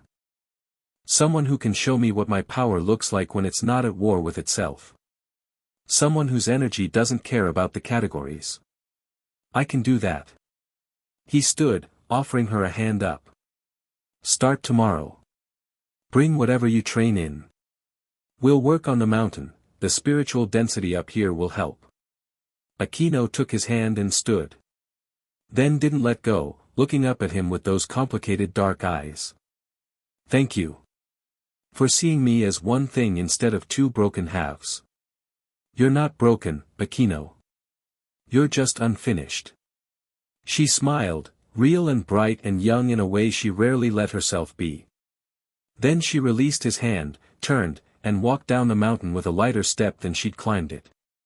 That night, alone on his shrine roof, Naruto expanded his awareness across the region. Kuoh Town, sleeping peacefully. The devil territories humming with their usual energy. Minor spirits going about their business. And to the north, still lurking, that fallen angel signature. Stronger than anything else in the area except Naruto himself. Patient. Planning. He let his awareness brush against it, a greeting, a warning, I know you're there. The response was immediate. The signature pulled back further, adding more concealment, more distance. But not leaving. Not abandoning whatever it was watching for. Interesting, Naruto murmured to the stars. Something was building. The engagement, the raiding game, the watcher in the north. Separate threads that might or might not converge. Naruto closed his eyes and let the night carry him. Not sleeping. Thinking. Planning. 10 days to a fight that would determine Rias's freedom. An unknown fallen angel observing from the shadows. 3 women orbiting closer and closer to him, drawn by something more fundamental than his power, drawn by the simple, radical truth that he saw them. Not their roles, not their bloodlines, not their political value. Them. He'd been awake for less than a week, and the world was already so much more interesting than when he'd left it. The foxes gathered around the shrine below him, dozens of them now, drawn from across the region by his presence. They slept in furry piles at the base of the building, their small bodies warm and real. The kodama clustered in the trees. The minor spirits of the mountain hummed contentedly in the earth and stone. This was good. This felt like home, not the physical place, but the having of a place. People to protect. A territory to hold. A reason to stay awake. 5,000 years of sleep, and he'd woken into something worth being awake for. He grinned at the moon, that old, familiar moon he'd once bitten, and let the night carry him forward into whatever came next. Chapter 3, Fire That Cannot Burn a God training began at dawn. Not the gentle kind. Not the kind where you ease into it, stretch, warm up, find your center. Akeno arrived at the mountain shrine as the first light cracked the horizon, and Naruto was already standing in the clearing behind the building, 9 tails fanning out behind him, foxfire burning in lazy orbits around his frame. "Hit me," he said. Akeno blinked. "What?" "Hit me. Full power. Both halves. Don't think about it, just hit me." "I can't just, you're overthinking. That's the problem. You've spent years building walls between your two sides, and now you're trying to take them down brick by brick. That's too slow. We have 9 days." He spread his arms wide, completely open. "So hit me. Everything you've got. I promise you won't hurt me." Akeno hesitated for one more heartbeat. Then something shifted in her expression, the sadistic queen emerging, the part of her that loved combat, loved the feel of power crackling through her veins. She raised her hand and lightning gathered. Violet first, devil lightning, her go-to, her safe option. It arced toward Naruto in a blinding column and struck him dead center. He didn't move. Didn't flinch. The lightning broke against his chest like water against a cliff face, dissipating into the air with a hiss and a smell of ozone. "That's your devil side," Naruto said. "Now the other one." Stop thinking. Feel it. It's right there, Akeno. It's been right there your whole life, pushing against the walls you built. Let it push." She closed her eyes. Drew a breath. And, gold. Holy lightning erupted from her fingertips, brilliant and burning and furious, and it hit Naruto with twice the force of the first bolt. The ground beneath him cracked. Trees at the edge of the clearing bent away from the impact point. He still didn't move. "There she is," Naruto said, grinning through the lightning. "Now both at once." "I can't do both at, yes you can. You just proved both exist. They're in the same body, powered by the same soul. There's no wall between them except the one you built. So stop building it. For 1 second, just, stop." Akeno's face contorted. She was trying, he could see her trying, reaching for both at once, and the moment she touched them simultaneously, they repelled like magnets with the same polarity. "They don't, they won't, they will. Listen to me." Naruto walked toward her, through the residual static, until he was close. "You think they're opposed because the world told you they're opposed. Devils and fallen angels are enemies, so their powers must be enemies. But that's politics, Akeno. That's not physics. Energy doesn't have opinions about factional alignment. Then why do they fight? Because you expect them to. Because you flinch every time your fallen side surges, and that flinch is an instruction. You're telling your own power to reject itself." Akeno's hands were shaking. "So I just, don't flinch. You just don't flinch." He reached out and put his hands over hers, steadying them. His energy flowed into her again, that warm, ancient, categorically neutral force. And in its presence, her two halves stopped fighting. Not because he forced them, because in the context of something so fundamentally whole, her internal division looked absurd. Like 2 drops of water refusing to merge. "Feel that," he said. "That's what you feel like when you're not at war with yourself." Akeno's eyes went wide. Both hands erupted, violet from the left, gold from the right, and for 3 glorious seconds, the lightning twisted together into something new. Something that was neither devil nor fallen but entirely Akeno, purple-gold, crackling with hybrid force, beautiful and devastating.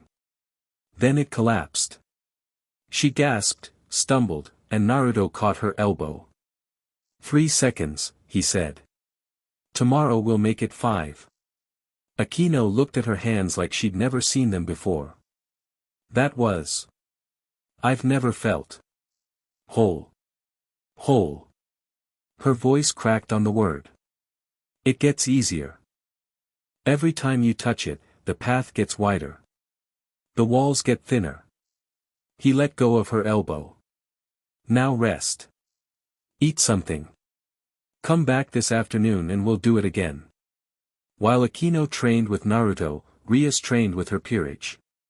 He could feel them from the mountain, in the dimensional pocket Rias had created for training, their energies flaring and clashing. She was pushing them hard. Pushing herself harder. The raiding game was 9 days away, and she knew, they all knew, that conventional strategy wouldn't be enough. Naruto monitored their training between sessions with Akeno. Felt the growth, the strain, the determination. Kiba was refining his blade work, creating new sword types, experimenting with combinations. Kaneko was building her endurance, pushing her rook-enhanced strength to its limits. Rias herself was drilling her power of destruction until it bled from her in her sleep. Good. They were taking it seriously. But not seriously enough. On the third day, Naruto walked down the mountain and into their training dimension.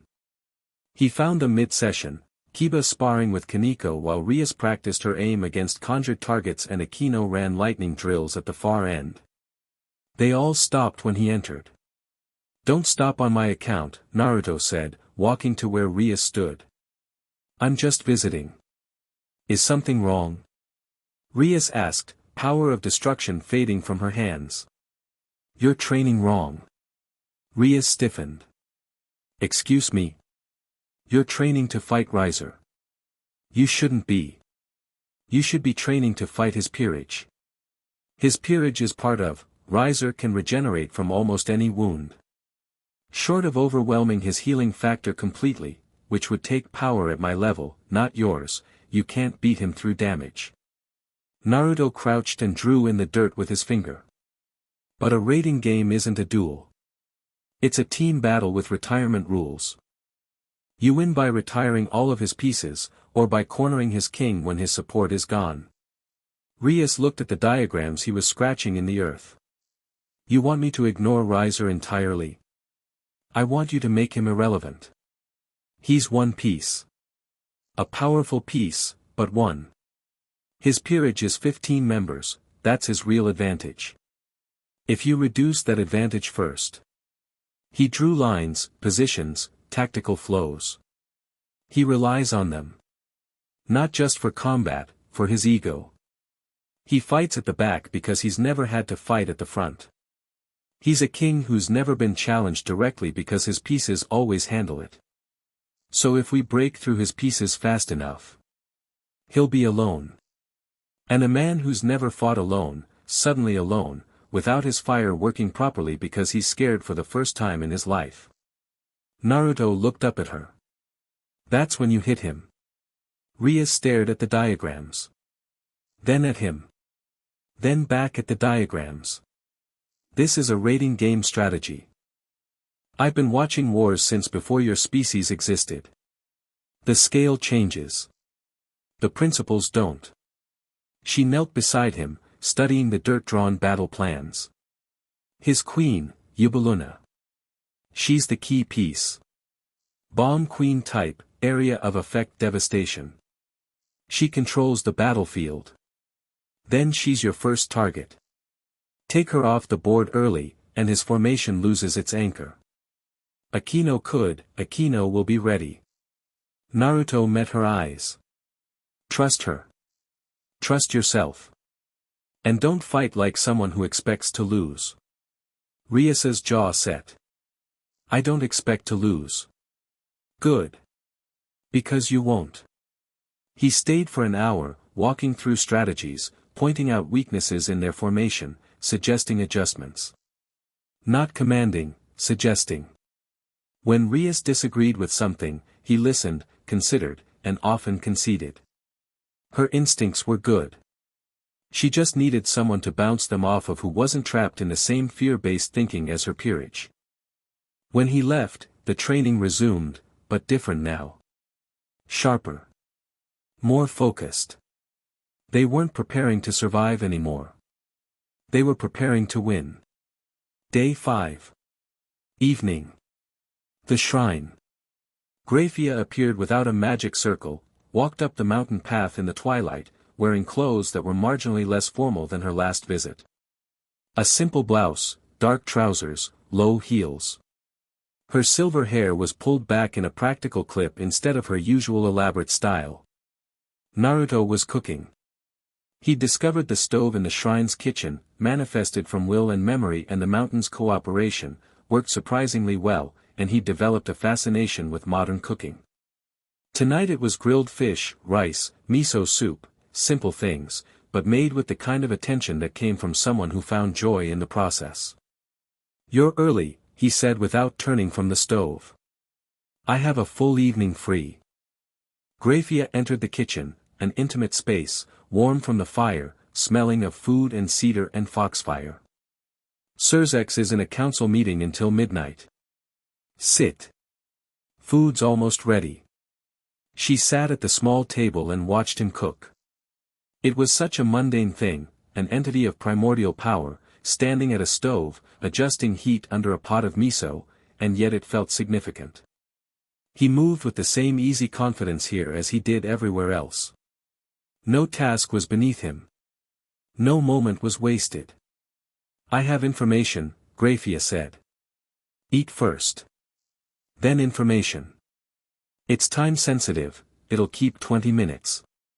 Eat." She fell silent. He served the food, plated neatly, elegantly, with more care than was strictly necessary. They ate together in the small kitchen, and Grayfia discovered that she couldn't remember the last time she'd shared a meal with someone who wasn't a political ally, a subordinate, or Surzex. The fish was excellent. She said so. "First attempt," Naruto said, pleased. "Modern cooking is fascinating. You have so many tools now. 5,000 years ago it was just put food near fire and hope. You've adapted quickly to the modern world." "I'm adaptable. It's a kitsune thing." He cleared the plates and poured tea, the same earthy blend he always made, warm and grounding. "Now. Your information." Grayfia wrapped her hands around her cup. "The Phoenix family has petitioned for modified rating game rules. They want the game held in a fire-dominant environment, a dimension designed to boost fire-based abilities. Which would give Riser a home field advantage. Significantly. His regeneration would be faster, his flames hotter, and his entire peerage, many of whom use fire-adjacent abilities, would receive passive enhancements." Naruto's eyes narrowed. "Just slightly. That's not in the standard rules." "No. But it's within the scope of what can be negotiated between parties. The Gremory side hasn't responded yet because they don't know about the petition." "Not yet. It was filed through back channels. It will reach official status tomorrow morning. And once it's official, Rias will have 12 hours to object. If she doesn't object with sufficient cause, the modification is accepted by default." Naruto set his tea down. "That's the kind of not quite cheating you mentioned. Within the rules, but designed to tilt the playing field." "Yes. Can you block it officially?" "As arbiter, I can reject modifications that create unfair advantage, but the Phoenix family will argue precedent. Fire-dominant environments have been used before in games involving Phoenix devils. When both sides agreed to it." Grayfia confirmed. "Which Rias won't. But the petition is designed to create pressure. If she objects too strenuously, it looks like she fears the Phoenix power." Political optics. Naruto leaned back, considering. Then smiled, slow, sharp, vulpine. "What if the environment isn't fire-dominant, but isn't neutral either?" "What do you mean?" "I mean, what if someone suggested an environment that negates all elemental advantages? A spiritually neutral space. No fire boost for Riser, but no territory advantage for anyone. Pure skill, pure strategy." Grayfia's eyebrows rose fractionally. "That would require an arbiter's intervention at the rule-setting stage. Which happens to be your job. Which happens to be my job." The ghost of a smile. "I could propose it as a compromise. Reject the Phoenix petition, but preemptively neutralize any counter-petition from the Gremory side as well. Both parties fight on equal footing. Sounds fair to me. It removes one of Riser's significant advantages. Fairly, Naruto emphasized. Not by cheating, by leveling. There's a difference. Grayfia nodded slowly. I'll file the Arbiter's ruling tomorrow morning. Before the Phoenix petition reaches official status. You're good at this. I've been navigating devil politics for centuries. One learns. She sipped her tea, and something in her posture eased, the satisfaction of action, of doing something rather than watching passively. There's something else. The Excalibur fragments. Grayfia went still. How do you know about that? I don't, specifically. But there's a fallen angel lurking at the edge of my range who's been watching Kuoh for over a week. And I can feel holy artifacts moving in his vicinity, broken ones, reassembled wrong. Swords. Kokobile, Grayfia said, and the name came out like a curse. Tell me. A cadre-level fallen angel. A warhawk, he's never accepted the ceasefire between the three factions. He's been building towards something for decades, and recent intelligence suggests he's acquired fragments of the original Excalibur, holy swords shattered during the Great War. What does he want with them? We don't know. Nothing good. Holy swords in a fallen angel's hands, it's a provocation at minimum. A weapon at worst. Naruto absorbed this. The Watcher in the North. Kokobile. A warmongering fallen angel with holy swords and a plan, circling Kuoh like a vulture. He's waiting for something, Naruto said. The raiding game. Or something else that diverts attention. He'll move when everyone's looking elsewhere. That's my assessment as well. Grayfia's voice was tight. I've reported it to Surzex, but confirmation is pending. Without proof of hostile intent, the devil faction can't act preemptively, the ceasefire agreements prevent it. But I'm not bound by any ceasefire agreement. Their eyes met. Grayfia's silver gaze held something fierce, something that wanted to say yes, do it, end the threat before it materializes. But she was too disciplined for that. That would cause its own political complications, she said carefully. I didn't say I'd act now.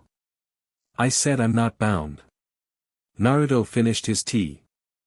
I'll keep watching him. If he moves on Kuoh, I'll deal with him. Your faction politics won't stop me. I wouldn't want them to. The words slipped out, unguarded, honest, and Grayfia blinked as if surprised at herself. Naruto smiled at her. Not the sharp fox grin he wore in confrontations, something warmer. You've done something for yourself 3 times now. Coming here. Sharing information. Choosing to act on your own judgment instead of waiting for orders. I'm fulfilling my duty as arbiter, Grayfia. He said her name the way he always did, like it meant something, like it was hers and not a title. You walked up that mountain in casual clothes on your evening off. You're sitting in my kitchen drinking tea and having a conversation that has nothing to do with duty. Stop pretending this is professional. She set her cup down. For a long moment she just looked at him, this impossible creature, this ancient thing wearing a young man's face, who saw through her like she was glass. Who didn't want anything from her. Who just wanted her to be here. As herself. I don't know how to not be professional, she admitted. The word sounded pulled from somewhere deep. I've been Surzek's queen for so long that I don't know where the role ends and I begin. That's okay. You don't have to know tonight. Naruto stood, collecting their teacups. But you could start figuring it out. One evening at a time. She stayed another hour. They talked, not about politics or raiding games or fallen angel threats. About food. About the changes in the world over the past millennium. About a book Grayfia had read recently that she'd found beautiful and couldn't tell anyone about because the silver-haired queen of annihilation didn't read romance novels. It was well written, she said defensively when he laughed. I'm not judging. I once read every poem written in a century because I liked how words sounded. Who cares what a god reads? I'm not a god. No. You're a woman who likes romance novels and is embarrassed about it. That's much more interesting than being a god. She left at 10, walking down the mountain with steps that were, he noticed, slightly less precise than usual. Less measured. More natural. Like someone relearning how to walk without a parade ground beneath their feet. Day 7. 2 days before the raiding game. Akeno stood in a clearing behind the shrine, both hands raised, and the world sang. Purple gold lightning arced from her fingers in continuous streams, not the 3-second bursts of 4 days ago but sustained, controlled, integrated power. Her devil half and her fallen angel half worked in concert, feeding each other, amplifying each other, producing something greater than either alone. The trees at the clearing's edge were on fire. The ground beneath her feet had turned to glass.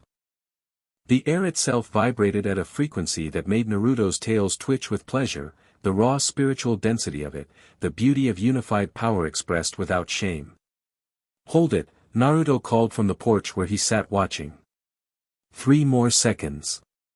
I'm trying. Akeno's teeth were gritted, sweat running down her temples, but she held. The lightning didn't waver. 3 seconds. 5. 7.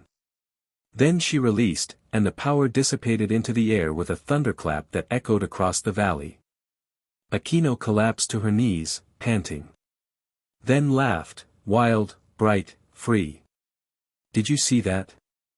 7 seconds. 12, actually. You lost count. She looked at her hands, crackling with residual energy, violet and gold intertwined like lovers. It feels like me. Like this is what I was always supposed to be. It is what you were always supposed to be. Naruto tossed her a water bottle. The raiding game is in 2 days. Can you sustain combat level output like that? Not for long. Maybe a few minutes of full integration before I have to drop back to single type. A few minutes is enough. You only need to take out one target.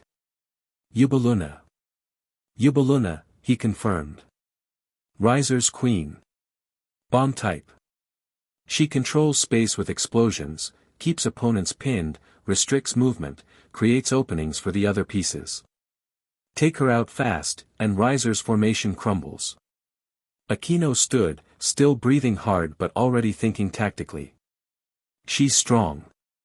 Ultimate class firepower. And she's never fought someone with holy lightning. Her defenses are built for devil-type attacks.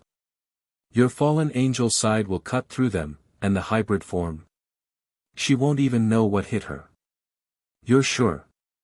I've watched you grow more in a week than most beings grow in a century.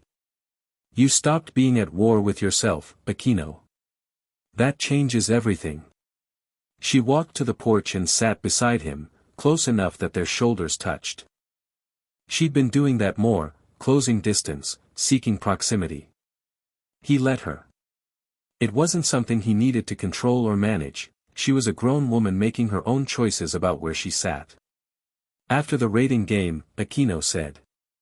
Whatever happens. I want to keep training with you. Of course. Not just training.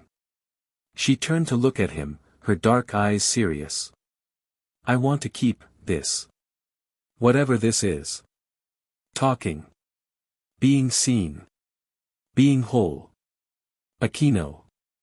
I know what you are. I know you're ancient and impossible and probably have 1,000 more important things to think about than one half-breed devil, don't call yourself that. She blinked. Half-breed.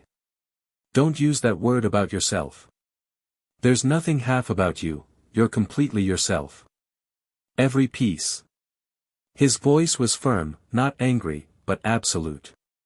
And you're wrong about the other thing too. I don't have more important things to think about. I literally just woke up from a 5,000-year nap.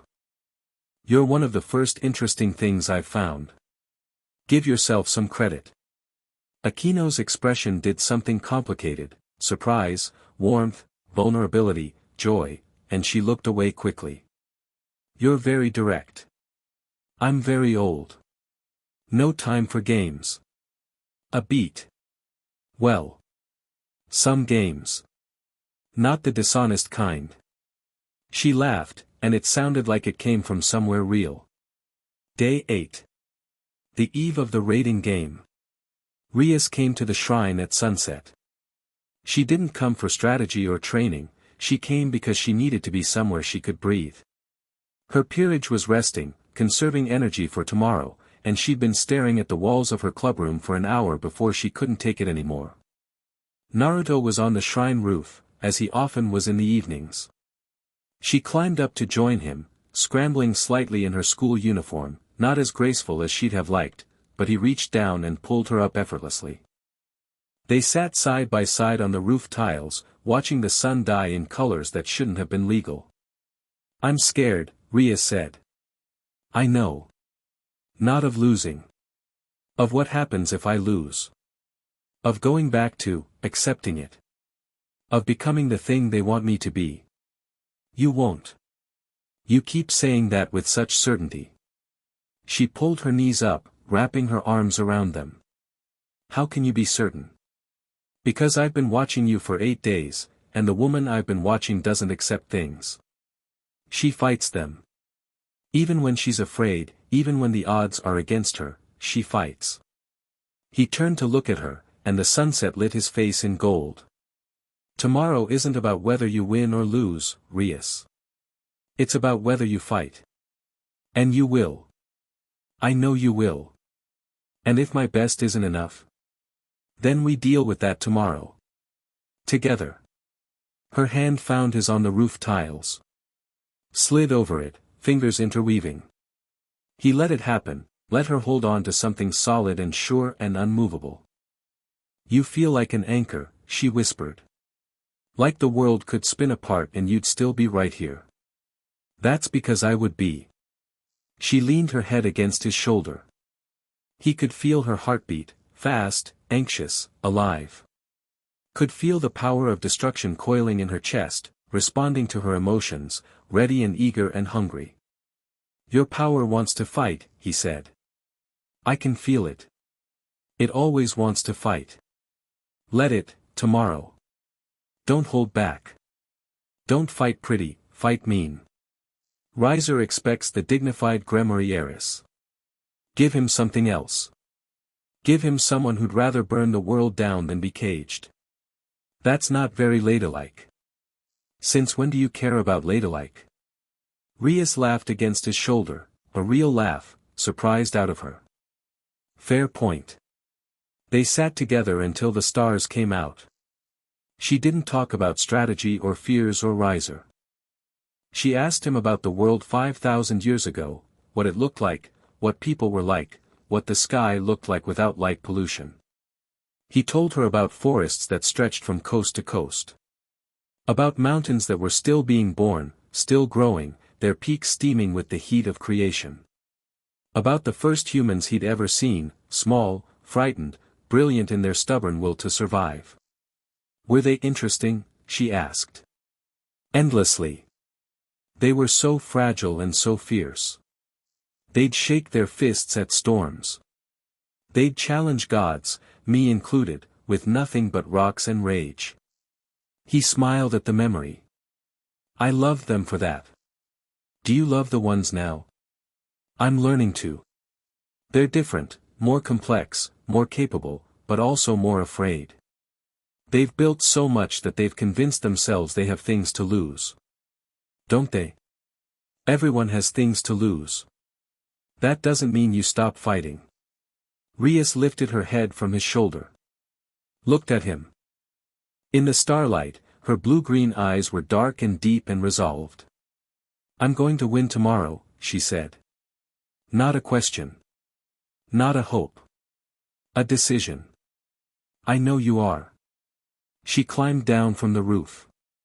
He walked her to the torii gate, and she turned there, framed by the vermilion arch and the night beyond it. Will you watch? She asked. I'll watch. And if, I'll watch, Rias. And afterward, no matter what, you come back here and tell me about it. That's the deal. She nodded. Turned. Walked down the mountain toward tomorrow and whatever it held. Naruto watched her go, then looked north. The fallen angel, Kokobile, was still there. Still watching. And tonight, his concealment was thinner. More careless. Like he was excited about something. Like whatever he was waiting for was almost here. Tomorrow, Naruto thought. He'll move tomorrow. When everyone's watching the game. Let him. The morning of the raiding game dawned clear and cold. Naruto stood at the edge of his shrine grounds, 9 tails unfurled, and let his spiritual awareness expand to its full range. He touched everything within 50 miles, every devil, every spirit, every human, every hidden creature lurking in shadow. He felt Rias's peerage assembling. Felt the dimensional gateway being prepared for the game. Felt Grayfia's precise, controlled energy overseeing the setup. And he felt Kokobile moving. Finally, after days of patience, the fallen angel was repositioning. Closer to Kuoh.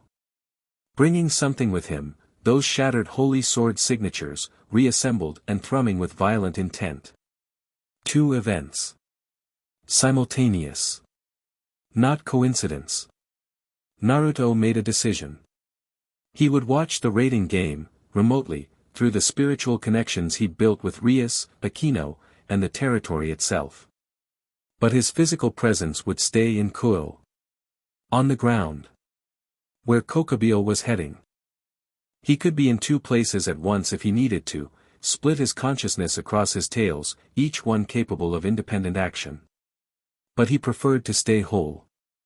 Preferred to let Rias fight her battle in the raiding game dimension while he guarded her home from the threat she didn't know was coming. Win your fight, he thought, sending it out into the ether, not as a message she'd hear but as intent, as will, as the weight of a god's belief pressing against the fabric of possibility. I'll handle the rest.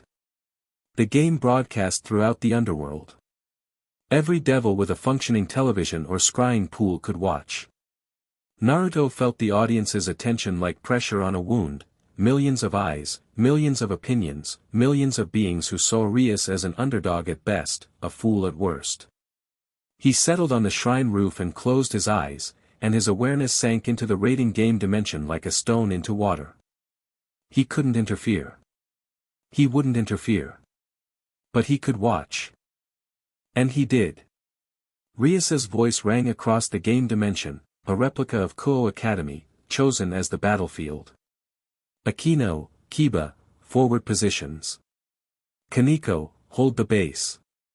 We move fast, we move together, and we don't stop until Yubiluna is off the board. Her strategy was sharp, aggressive, completely unlike the defensive approach Riser expected. His intelligence on her was outdated, he prepared for the cautious Rias, the one who played safe, the one who was afraid. He'd prepared for the wrong woman. Kiba moved like a ghost, 3 of Riser's pawns retired in the first 4 minutes, his swords appearing and disappearing faster than they could track. Kaneko held the base against Riser's rook with immovable force, her small body anchored like bedrock. And Akeno was transcendent. She met Yubiluna in the air above the replica school, and for one moment, Riser's queen smiled. She'd fought thunder priestesses before. She knew how to counter lightning, how to weather the storm. Then Akeno's power shifted. Purple gold. Integrated. Hybrid lightning that struck like the wrath of something older than the faction system, something that predated the divide between holy and unholy. Yubiluna's barrier, designed to counter devil-type energy, shattered like spun glass. What, Yubiluna managed, before the second bolt hit her. Riser Phoenix's queen, retired, the announcement rang across the dimension. 3 minutes into the game. Riser's most powerful piece, gone. Naruto smiled on his mountaintop. The game continued. Riser adapted, he was experienced, intelligent in combat even if not in character. He pulled his remaining pieces into a tight formation, compensated for Yubiluna's absence, pressed his numerical advantage. Kiba fell, retired by Riser's other knight after a vicious exchange. Kaneko followed, overwhelmed by 3 pieces targeting her simultaneously. But by then, Rias and Akeno had carved through half of Riser's peerage. 7 pieces retired in exchange for 2, a trade rate that Riser had never experienced before. His composure was cracking. His smug certainty was dissolving. For the first time in his raiding game career, he was losing. Not just losing. Being dismantled. Rias fought like a woman possessed. Her power of destruction erased everything it touched, barriers, attacks, terrain itself. She wasn't fighting pretty. She was fighting mean, just as Naruto had told her. Every shot aimed to retire. Every movement designed to cut off escape routes. Riser's remaining pieces fell one by one. His rooks. His bishops. His remaining pawns. Until it was just him, just Riser Phoenix, standing alone in the wreckage of his broken formation, facing Rias Gremory and Akeno Himejima. Impossible, Riser snarled, and his Phoenix flames roared around him, regenerating the damage he'd taken, restoring him to full. You can't beat me. You can hurt me, congratulations, but you cannot beat me. I'll regenerate from anything you throw. Rias breathed hard. She was injured, cuts, bruises, a cracked rib from a hit she'd taken early. Akeno was running on fumes, her hybrid form flickering, the strain of full integration taking its toll. But Rias was smiling. That fierce, burning smile of someone who'd been told she'd lose and refused to believe it. Akeno, she said. Ready. Everything. Both of us. Together. Akeno raised her hands. Lightning gathered, not the sustained combat bolts she'd been using, but everything she had left. Every drop of both halves, unified, compressed, directed into a single point. Rias raised hers. Power of destruction coalesced, the bloodline ability of House Gremory, the power to unmake anything, to reduce existence to nothing. They fired together. Holy demonic lightning and absolute destruction, intertwined, amplifying each other, hitting Riser Phoenix with the force of a collapsing star. His regeneration fought it. Tried to rebuild what was being destroyed, tried to restore what was being unmade. For a long, terrible moment, it was a stalemate, destruction against renewal, death against rebirth. Then Rias pushed harder. Poured everything into it, not just power, but will. The will of a woman choosing her own freedom. The will of someone who decided, finally and completely, that she would not be caged. Riser's regeneration faltered. Flickered. Failed. Riser Phoenix, retired. Winner, Rias Gremory. On his mountaintop, Naruto opened his eyes and smiled so wide it hurt. There she is, he whispered. Then his attention snapped north, because Kokobile had just entered Kuoh airspace. The smile dropped from his face. His tail spread behind him, all 9, fully extended, blazing with foxfire so bright it turned the mountainside to noon. His slit pupils contracted. His spiritual pressure, held in check for days, began to unspool. Not yet. Not all of it. But enough. Enough for every supernatural being within 100 miles to feel the primordial stir. Enough for Kokobile, wherever he was in the sky above Kuoh, to feel the earth itself turn its attention toward him. Come then, Naruto thought, rising to his feet. Come to my territory with your stolen swords and your warhawk dreams. Come find out why the old gods were feared. He stepped off the mountain and vanished, not teleportation, not speed, just movement at a scale that transcended the concept. One step on the mountain, next step in the center of Kuoh. Kokobile was close now. Minutes away. And behind him, more signatures, lesser fallen angels, pawns, sacrificial pieces meant to cause chaos and draw attention. The raiding game was over. Rias had won her freedom. Now Naruto would make sure she had a home to come back to. Sona Citri felt it first. She was in her student council room, monitoring the raiding game broadcast, when every alarm ward in her territory screamed simultaneously. She bolted upright, magic circles forming at her fingertips, her peerage snapping to attention around her. Fallen Angel signature, Tsubaki reported, her voice tight. Massive. Cadre class. Entering Kuoh from the north with, she paused. Multiple hostiles in formation. At least 10. Kokobile, Sona breathed. She'd read the intelligence reports. Knew the name. Knew what it meant. All pieces, combat positions. Prepare barriers, then she felt the other thing.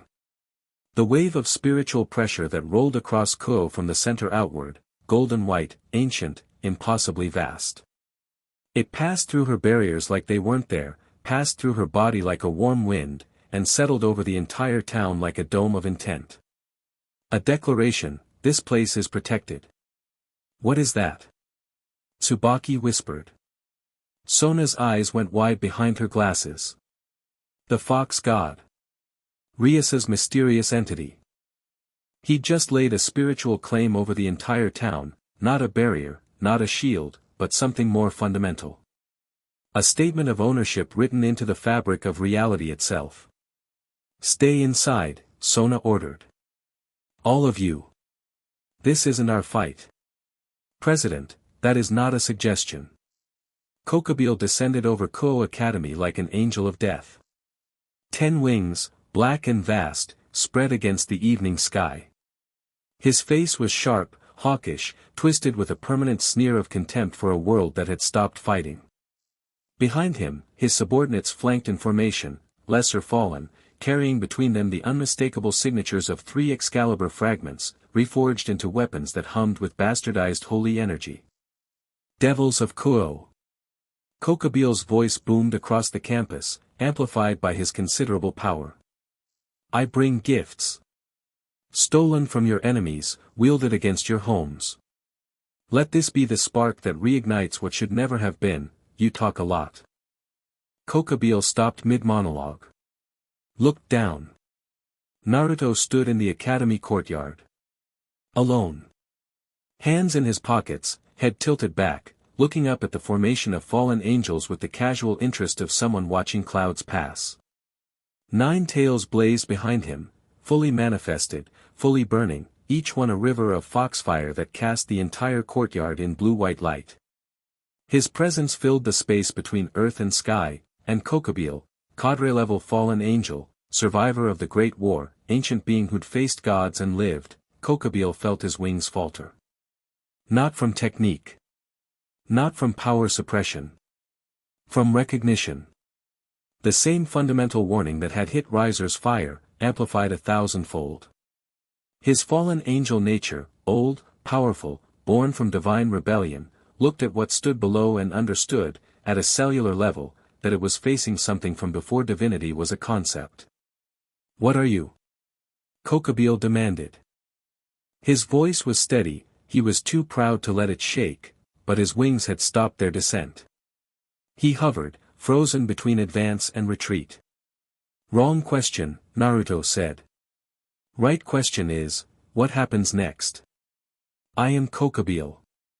Cadre of the Gregory. I fought in the Great War against, I don't care. Naruto said it without heat, without anger. Simple disinterest. I don't care about your war, your title, or your faction. I care that you brought weapons into my territory with the intent to cause harm. So here are your options. He raised one hand. Held up one finger. 1. You leave. Now. Take your soldiers, take your swords, fly back to whatever hole you crawled from. Never come back here. This is the kind option. He raised a second finger. 2. You stay. And I show you what the world looked like before your kind crawled out of heaven's shadow. Kokobile's pride screamed at him to fight. His instincts screamed at him to run. He was a war hawk, a creature of violence and ambition, and he'd planned this moment for years, the provocation that would restart the Great War, the chaos that would force the factions back into conflict. He would not be stopped by one creature. No matter what it felt like. Kill him, Kokobile ordered his subordinates. 3 fallen angels dove. Fast, powerful, light spears forming in their hands, Naruto didn't move. His tails moved. 3 tails lashed outward, faster than sight, faster than thought, and each one struck a fallen angel with precisely enough force to shatter their light constructs, rupture their wings, and send them plummeting to earth. They hit the ground in 3 separate craters, unconscious, alive but utterly broken. The other 7 subordinates stopped their advance. Naruto hadn't taken his hands from his pockets. That was 3, he said, looking up at Kokobile. You have 7 more. Want to try again? Kokobile's face twisted. Rage and fear and the terrible awareness that he had miscalculated, not slightly, not tactically, but fundamentally. He'd prepared for devil opposition. For Gremory and Citri forces, maybe Surzek's intervention if he was lucky. If Surzek fought him, the resulting battle would pull the factions back to war regardless of who won. He hadn't prepared for this.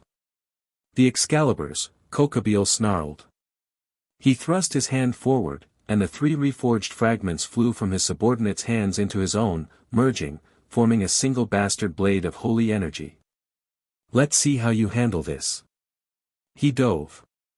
Full speed, 10 wings burning with the corrupt light of a fallen seraph, Excalibur screaming in his grip. He was fast, genuinely fast, fast enough that most beings would have seen only a blur of black wings and holy light. Naruto caught the blade. Bare-handed. One hand, drawn from his pocket and raised with casual precision, fingers wrapping around the bastardized Excalibur like he was catching a thrown ball. The holy energy should have burned him, should have seared divine retribution into his flesh. It didn't. It couldn't. Holy energy was energy from divinity, energy that referenced the sacred. Naruto didn't reference divinity. He predated it. The sword's holy nature had no framework for hurting something that existed before the concept of holiness was invented. Kokobile's momentum died.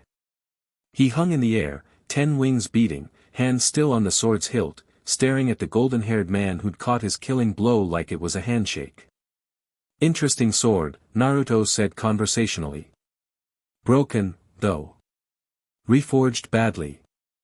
Whoever did this didn't understand the original construction at all. Let go, no. Naruto's grip tightened. The Excalibur fragments whined, cracked, and then shattered, not into pieces, but into light. The holy energy dispersed harmlessly into the air, returning to the ether. The sword ceased to exist in his hand. Kokobile stared at his empty grip. Now, Naruto said, and his voice changed. Dropped. Became something old and heavy and absolute, something that pressed against Kokobile's mind like the weight of mountains. I gave you 2 options. You chose neither. So I'll choose for you. He let go of where the sword had been. Raised that hand, palm open, toward Kokobile. You will leave this place. You will not return. You will not threaten anyone under my protection again. And you will carry a message to whoever sent you, or whoever you answer to, or whoever in your faction still has the authority to control their dogs. Foxfire erupted, not an attack, but a seal. Blue-white flames that wrapped around Kokobile like chains, sinking into his wings, his skin, his very essence. Not burning. Marking. Branding him with spiritual energy so deep and so old that it would never fade. The message is this, Naruto said. Kuoh is mine.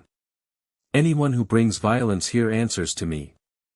And I am not like the things you've fought before. I am not a devil, not an angel, not a dragon. I am the thing that existed before all of you, and I am awake.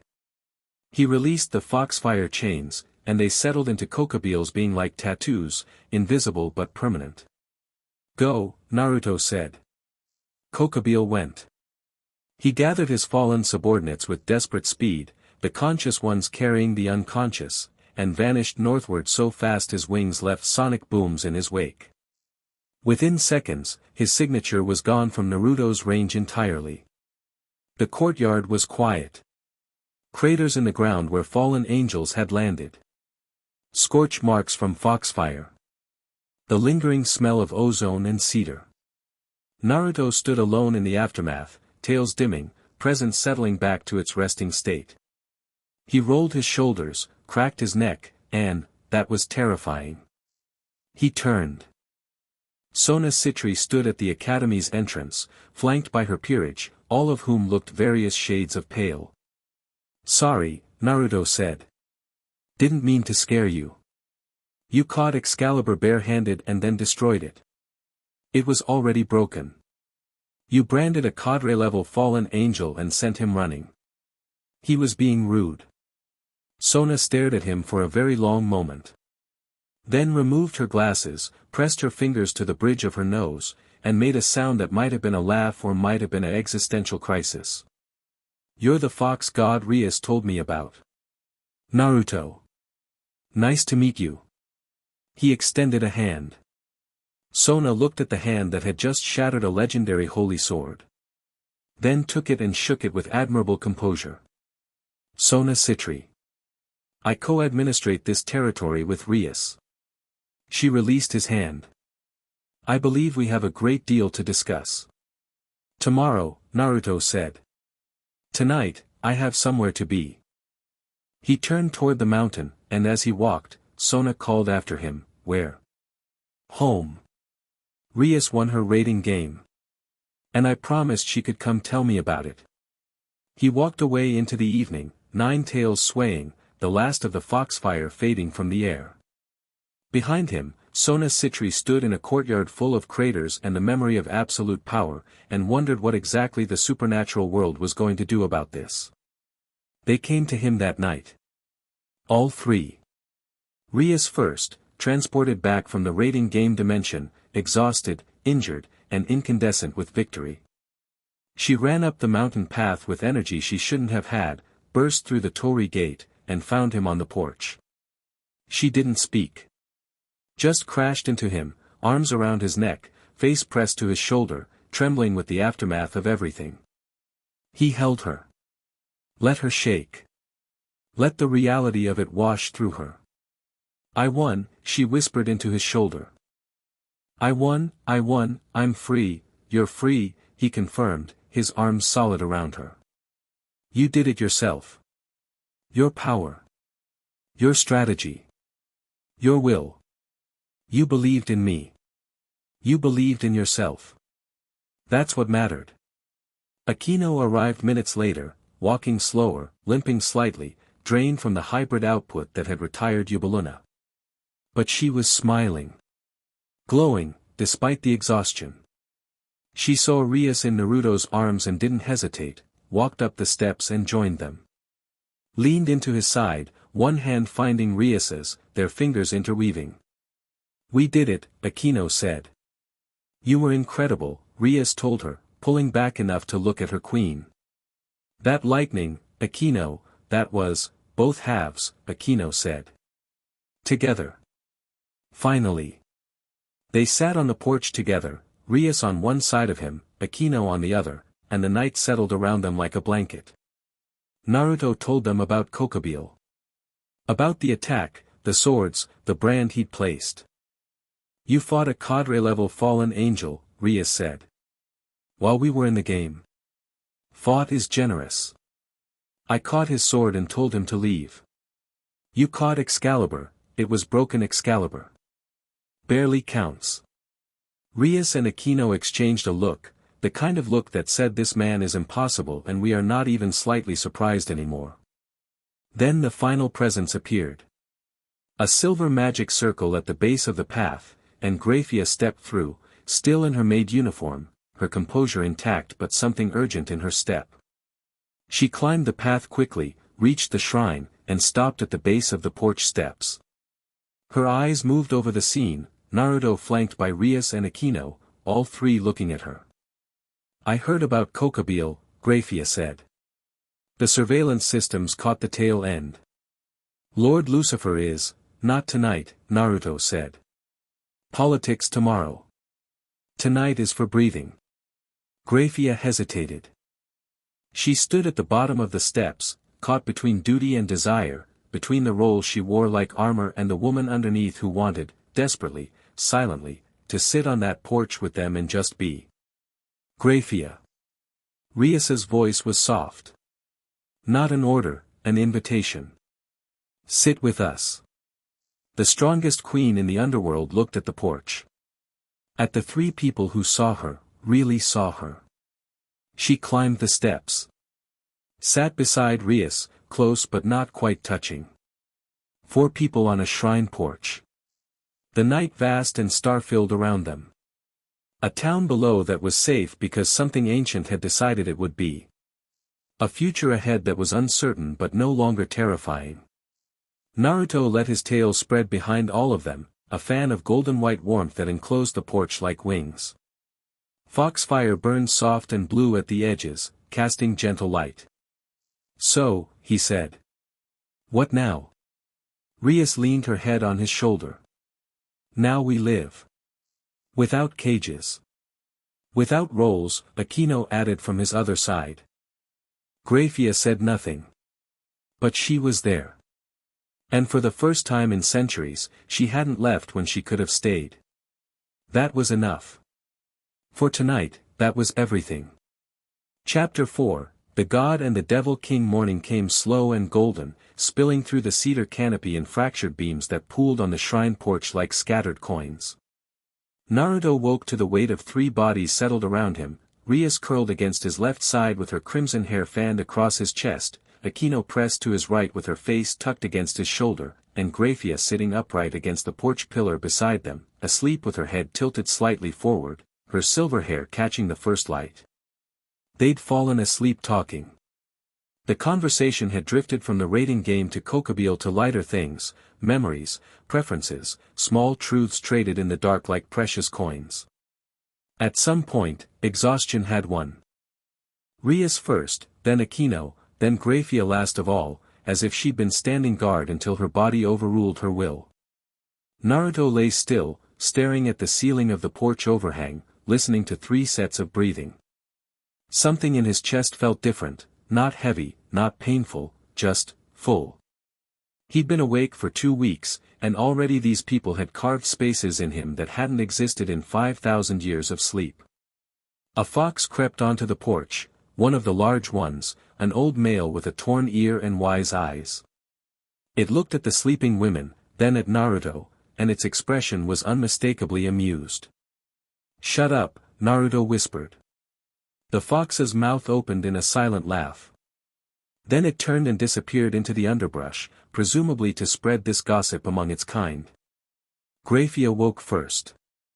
Her eyes opened, instant, alert, no transition from sleep to wakefulness. She took in the scene, took in her position, took in the fact that she'd fallen asleep on a shrine porch instead of returning to the underworld as duty demanded. Her gaze met Naruto's. He raised an eyebrow.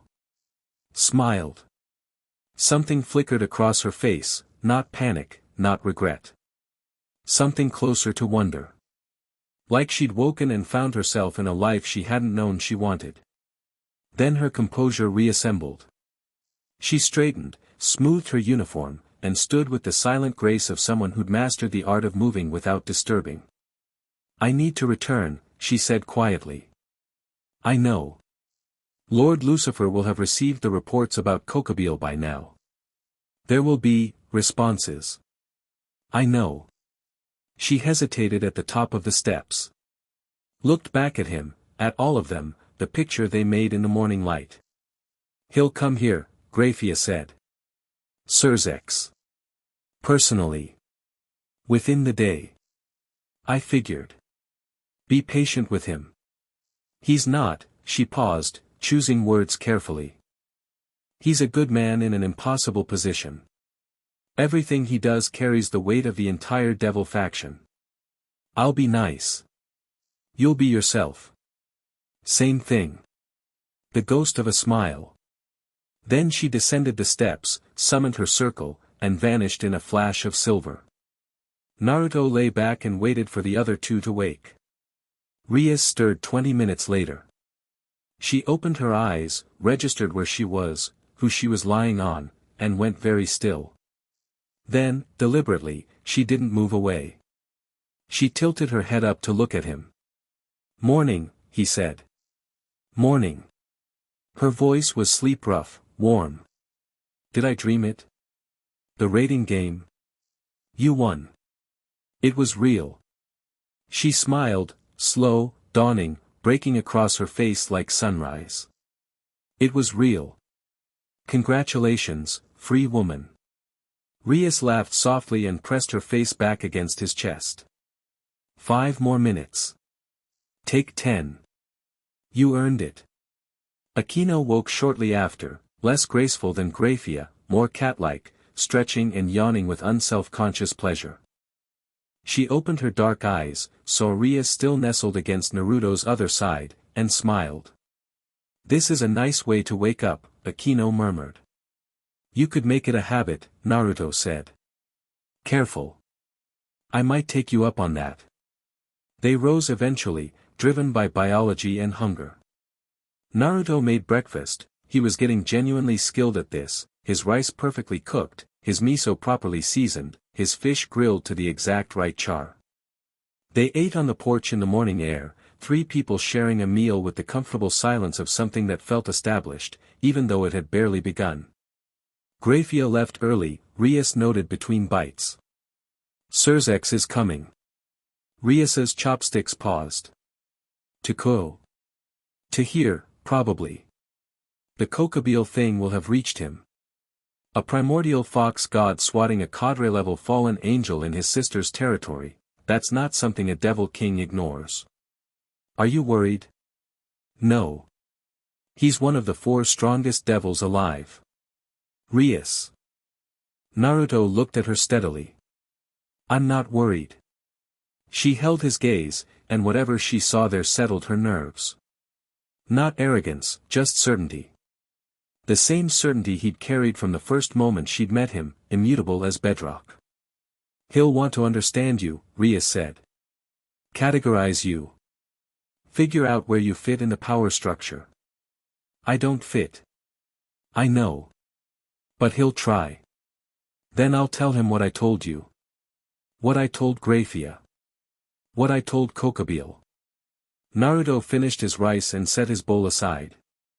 "I'm not part of their system. I don't answer to their authority. And I'm not leaving." Akeno leaned forward. "The political situation is more complex than just Surzex. If the other factions learn about Kokobile's attack, about you, the ceasefire could be threatened. A being of your power, unaligned, acting independently. Scares them," Naruto finished. "Terrifies them," Akeno corrected. "The entire post-war order is built on a balance of power between 3 factions. You break that balance by existing." "Good." Both women looked at him. "Balance built on fear isn't balance," Naruto said. "It's stalemate. And stalemate breeds exactly the kind of resentment that creates Kokobile, warhawks who can't stand the stillness, who'd rather burn everything down than live in a world that stopped moving." He stretched, tails shifting lazily behind him. "Maybe what they need isn't balance. Maybe they need someone outside the system to show them the system is fragile." "That's a dangerous philosophy," Rias said carefully. "I'm a dangerous creature." He grinned at her. "But I'm not going to start wars. I'm just going to exist, loudly, and let the chips fall." Surzex Lucifer arrived at 4 in the afternoon. Naruto felt him coming from miles away, a signature so powerful it distorted the spiritual landscape around it, bending lesser energies away like light around a star.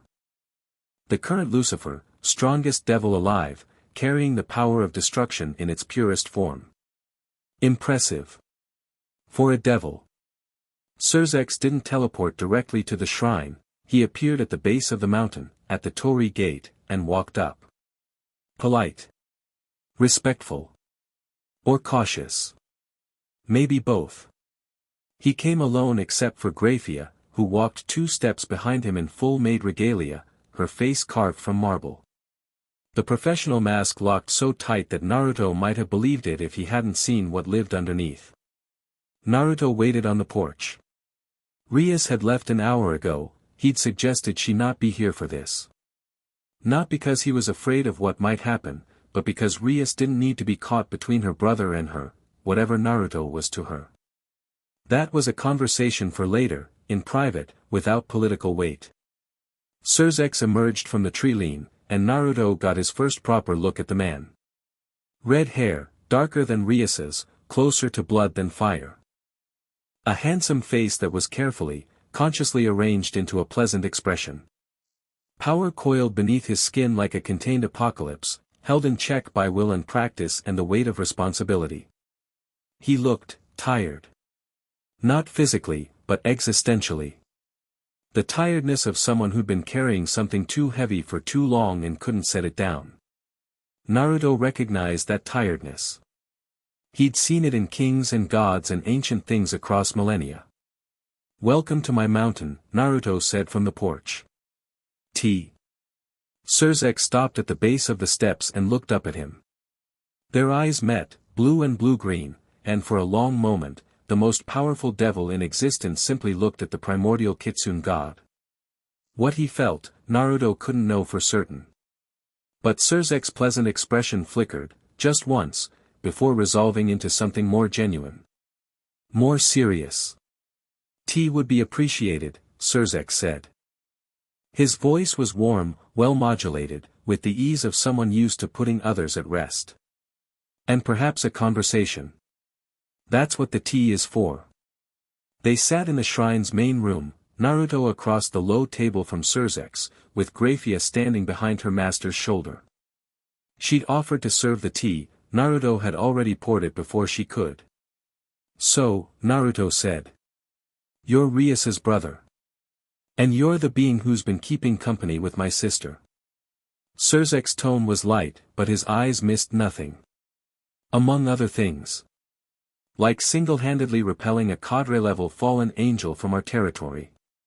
He was being a nuisance. Kokobile is more than a nuisance. He's a destabilizing agent. His actions could have triggered a resumption of the Great War. Could have. Didn't. Because I stopped him. Which raises its own questions." Surzex sipped his tea with genuine appreciation. "Excellent blend. What is this?" "Mountain herbs and foxfire dried leaves. Old recipe."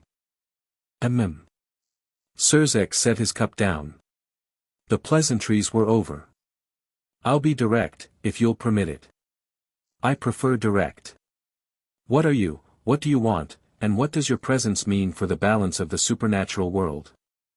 Naruto almost laughed. "Almost. That's 3 questions with very different answers. First, I'm the primordial Kitsune god. The original fox spirit. Older than your faction, older than the angels, older than the concept of factions. Second, I want to live on my mountain, eat good food, and spend time with people I find interesting. Third, I don't know and I don't care." Surzex absorbed this. His expression didn't change, but the air around him shifted, the controlled power beneath his skin pulsing once, like a heartbeat. "You don't care about the balance of power." "No. The ceasefire between the 3 factions prevents a war that could end millions of lives, then keep your ceasefire. I'm not threatening it. Your existence threatens it simply by being." Surzex leaned forward, and for the first time, the easy charm dropped from his voice. What remained was the Devil King, serious, calculating, burdened. An unaligned entity of your power, residing in devil territory, acting independently, every faction will want to claim you or contain you.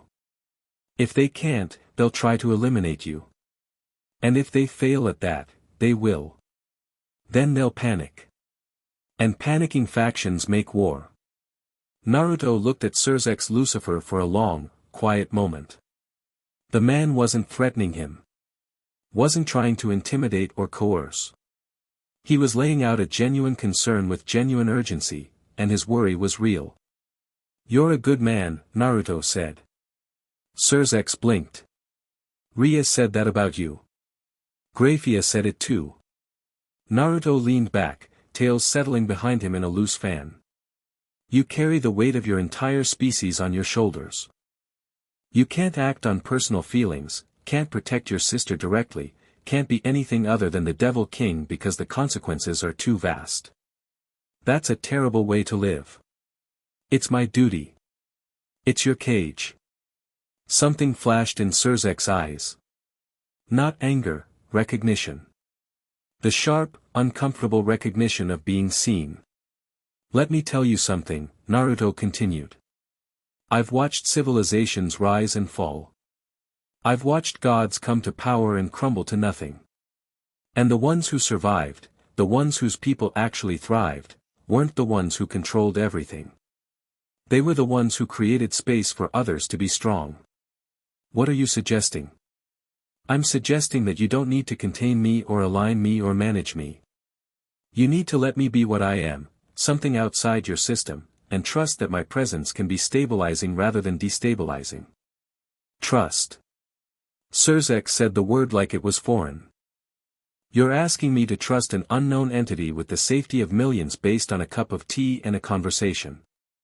I'm asking you to trust the evidence.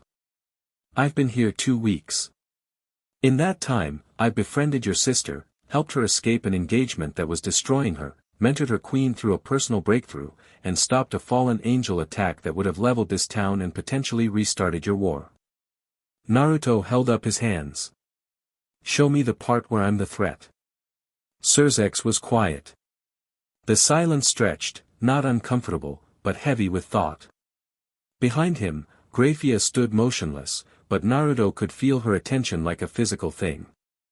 She was watching this exchange with the intensity of someone whose world might shift based on its outcome. "Kokobile," Surzex said finally. "What did you do to him?" "Broke his swords. Branded him with my energy so he can be tracked anywhere in the world. Sent him running. You didn't kill him. He wasn't worth killing. And his death would have created exactly the political crisis you're worried about. The fallen angel faction would have demanded answers. This way, he's alive, he's marked, and he's terrified. That's more useful than a corpse." Surzek stared at him. Then, slowly, unexpectedly, smiled. Not the political smile, not the charming mask. A real smile, tired and wry and almost relieved. "You think like a leader. I've been one. A long time ago. I didn't much enjoy it. No one does." Surzex picked up his tea again. "What would you say to a formal non-aggression agreement? Not alliance, not alignment. Just a mutual understanding that you won't move against devil interests, and we won't attempt to interfere with your independence. I'd say that's reasonable. With one addition. Name it. Kuoh is mine. Not politically, I don't want to administrate anything. But protectively. If something threatens this town, I respond. Your faction doesn't get to tell me to stand down because the response would be politically inconvenient." Surzex considered. "And if your response creates political fallout? Then you deal with the politics and I deal with the threat. Division of labor." Another long pause. Then Surzex extended his hand across the table. "Agreed. Informally, between us. We can formalize it later if needed." Naruto took his hand and shook it. The moment their skin made contact, both of their energies flared, involuntary, instinctive, two vast powers acknowledging each other. The shrine shuddered once, then settled. "Strong grip," Surzex said mildly. "Likewise." They released, and the tension in the room dropped several degrees. Grayfia's shoulders lowered by a fraction of an inch, a seismic shift, for her. "One more thing," Surzex said, standing. "My sister. What about her?" "She's happy. For the first time in years, she's genuinely happy. I can see it in her face, hear it in her voice. Surzex looked at Naruto with an expression that was less Devil King and more older brother. I don't know what you are to her, and I won't ask. But if you hurt her, Surzex. Naruto stood to face him. I've existed for 8,000 years. I've never hurt someone I cared about. I'm not going to start with your sister. The Devil King held his gaze for a moment. Then nodded, a single, decisive motion. Good. He turned to leave. At the door, he paused. The other factions will learn about you soon. The angels, the fallen, Azazel will be particularly curious. He collects interesting things. Let them be curious. I'll be here. That's what concerns me. But Surzex was smiling as he said it. Grayfia. We're leaving. Grayfia stepped forward, then hesitated. The tiniest pause, barely noticeable to anyone who wasn't watching for it. Her eyes flicked to Naruto. He caught it. Gave her the slightest nod. Come back when you can. She followed her master out. The silver magic circle flared at the Torii gate, and they were gone. Naruto stood in his shrine's doorway, looking at the empty path, and breathed deep. That had gone well. Better than he'd expected, actually. Surzex was sharper than most leaders, but also more reasonable. A man who wanted peace badly enough to accept uncomfortable variables.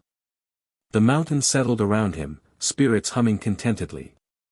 One crisis managed. But the day wasn't over. Word traveled fast in the supernatural world.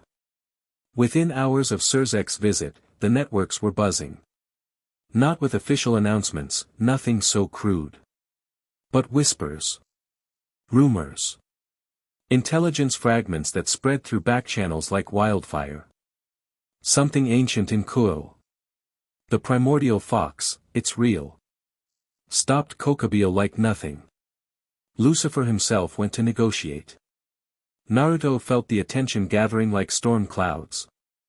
Eyes turning toward his mountain from every direction.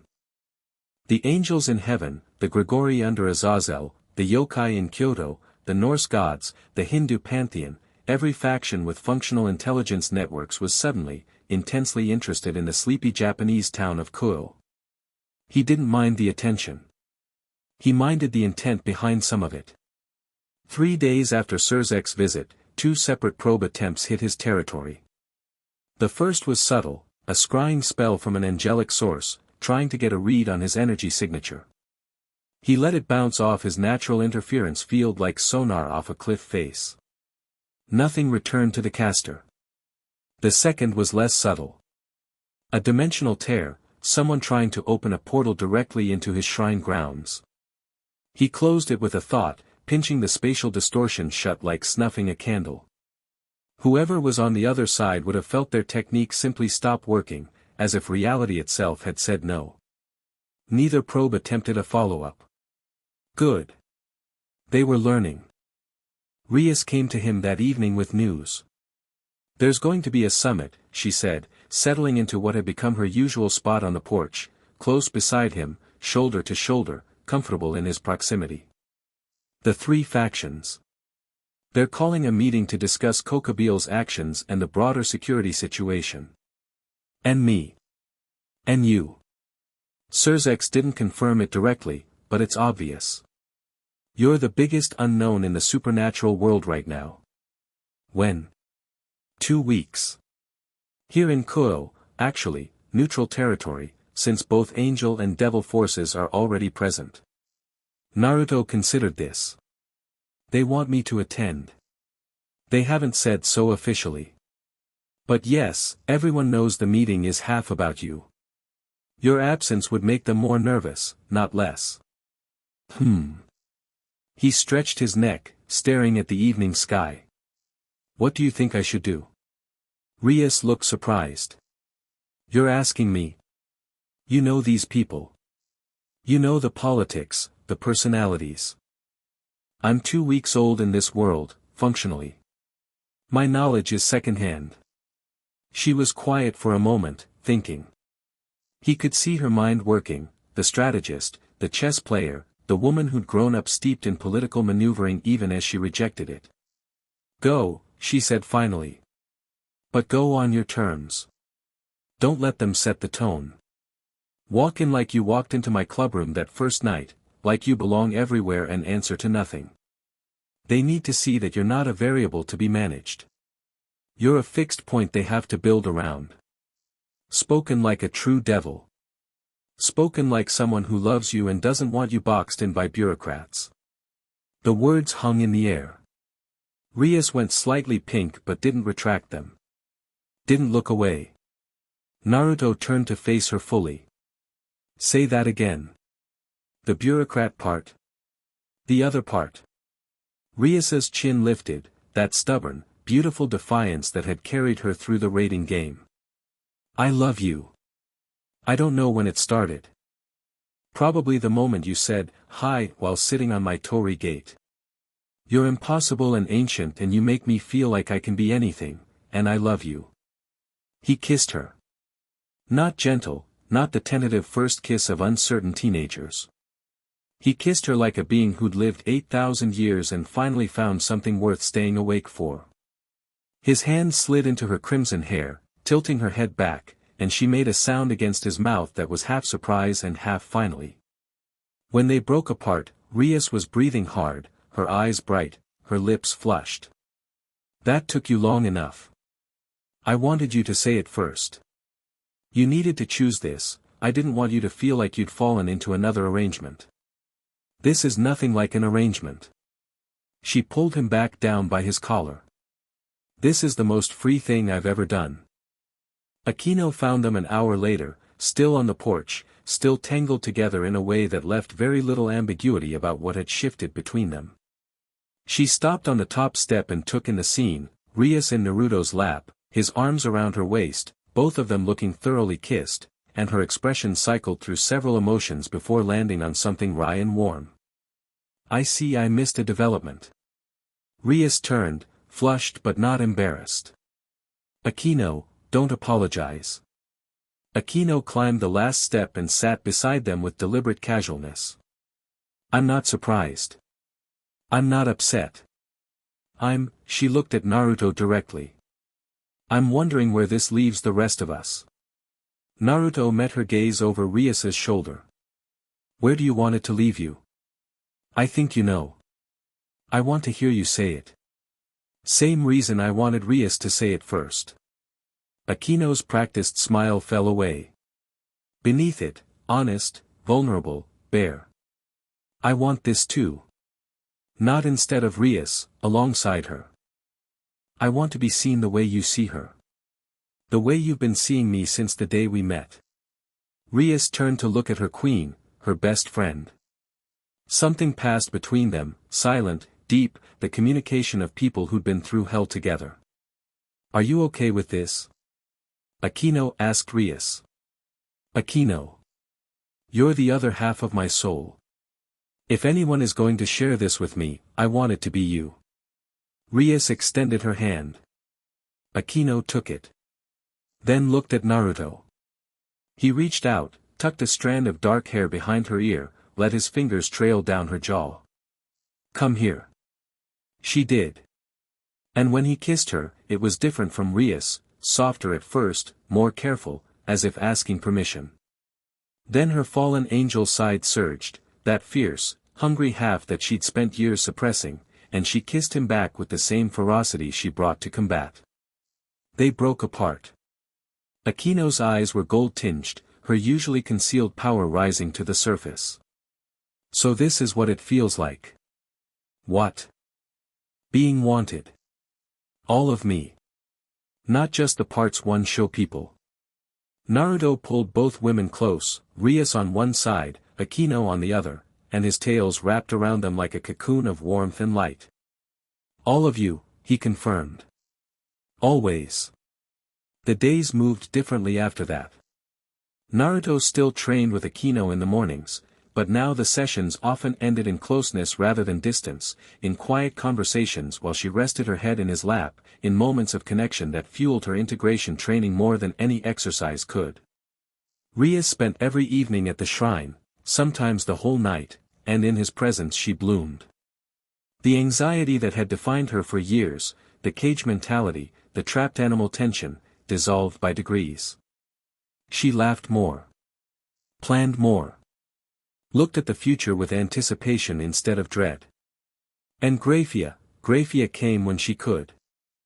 Which was rarely, and always for too short a time, and always with the mask firmly in place until she crossed the Torii gate and let it slip. She never stayed overnight again after that first time. But her visits grew longer. Her conversation grew freer. The distance between Queen of Lucifer and the woman who sat on his porch drinking tea shrank every time. She hadn't kissed him yet. Hadn't spoken the words. But it was there, in the way she lingered, in the way she sought his eyes across distances, in the way she brought him intelligence about the upcoming summit that she technically shouldn't be sharing. Naruto was patient. He had nothing but time, and she had centuries of armor to remove. He wouldn't rush her. 1 week before the summit, Grayfia arrived unannounced at midnight. She walked up the mountain path in darkness, no magic circle, no concealment. Just footsteps on dirt, steady and purposeful. Naruto was awake, he was always awake now, sleeping felt like a waste, sitting on the roof, watching the stars he was slowly relearning. He heard her coming and dropped down to meet her at the gate. She stopped 3 feet from him. In the moonlight, her silver hair was white, her eyes colorless and bright. She was in her maid uniform, she'd come directly from the Lucifer estate. Hadn't even changed. "What's wrong?" he asked. "Nothing is wrong." Her voice was tight. Controlled. But beneath the control, something vibrated, a frequency he'd been waiting to hear. "Everything is exactly as it should be. She stopped. Started again. For 2,000 years, I have served. I have been the perfect queen, the perfect maid, the perfect weapon. I made that choice, freely, willingly, and I don't regret it. The people I serve are worthy of my service.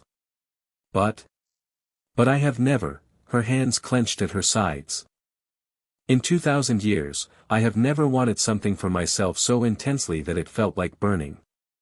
I have never looked at someone and thought, that is where I want to be, with such absolute clarity that everything else fades to noise." Naruto waited. Let her find the words. "I don't know how to do this," Grayfia said. "I don't know how to be someone who wants.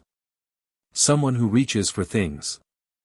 I have always been the one who serves, who facilitates, who stands behind. I don't know how to stand beside.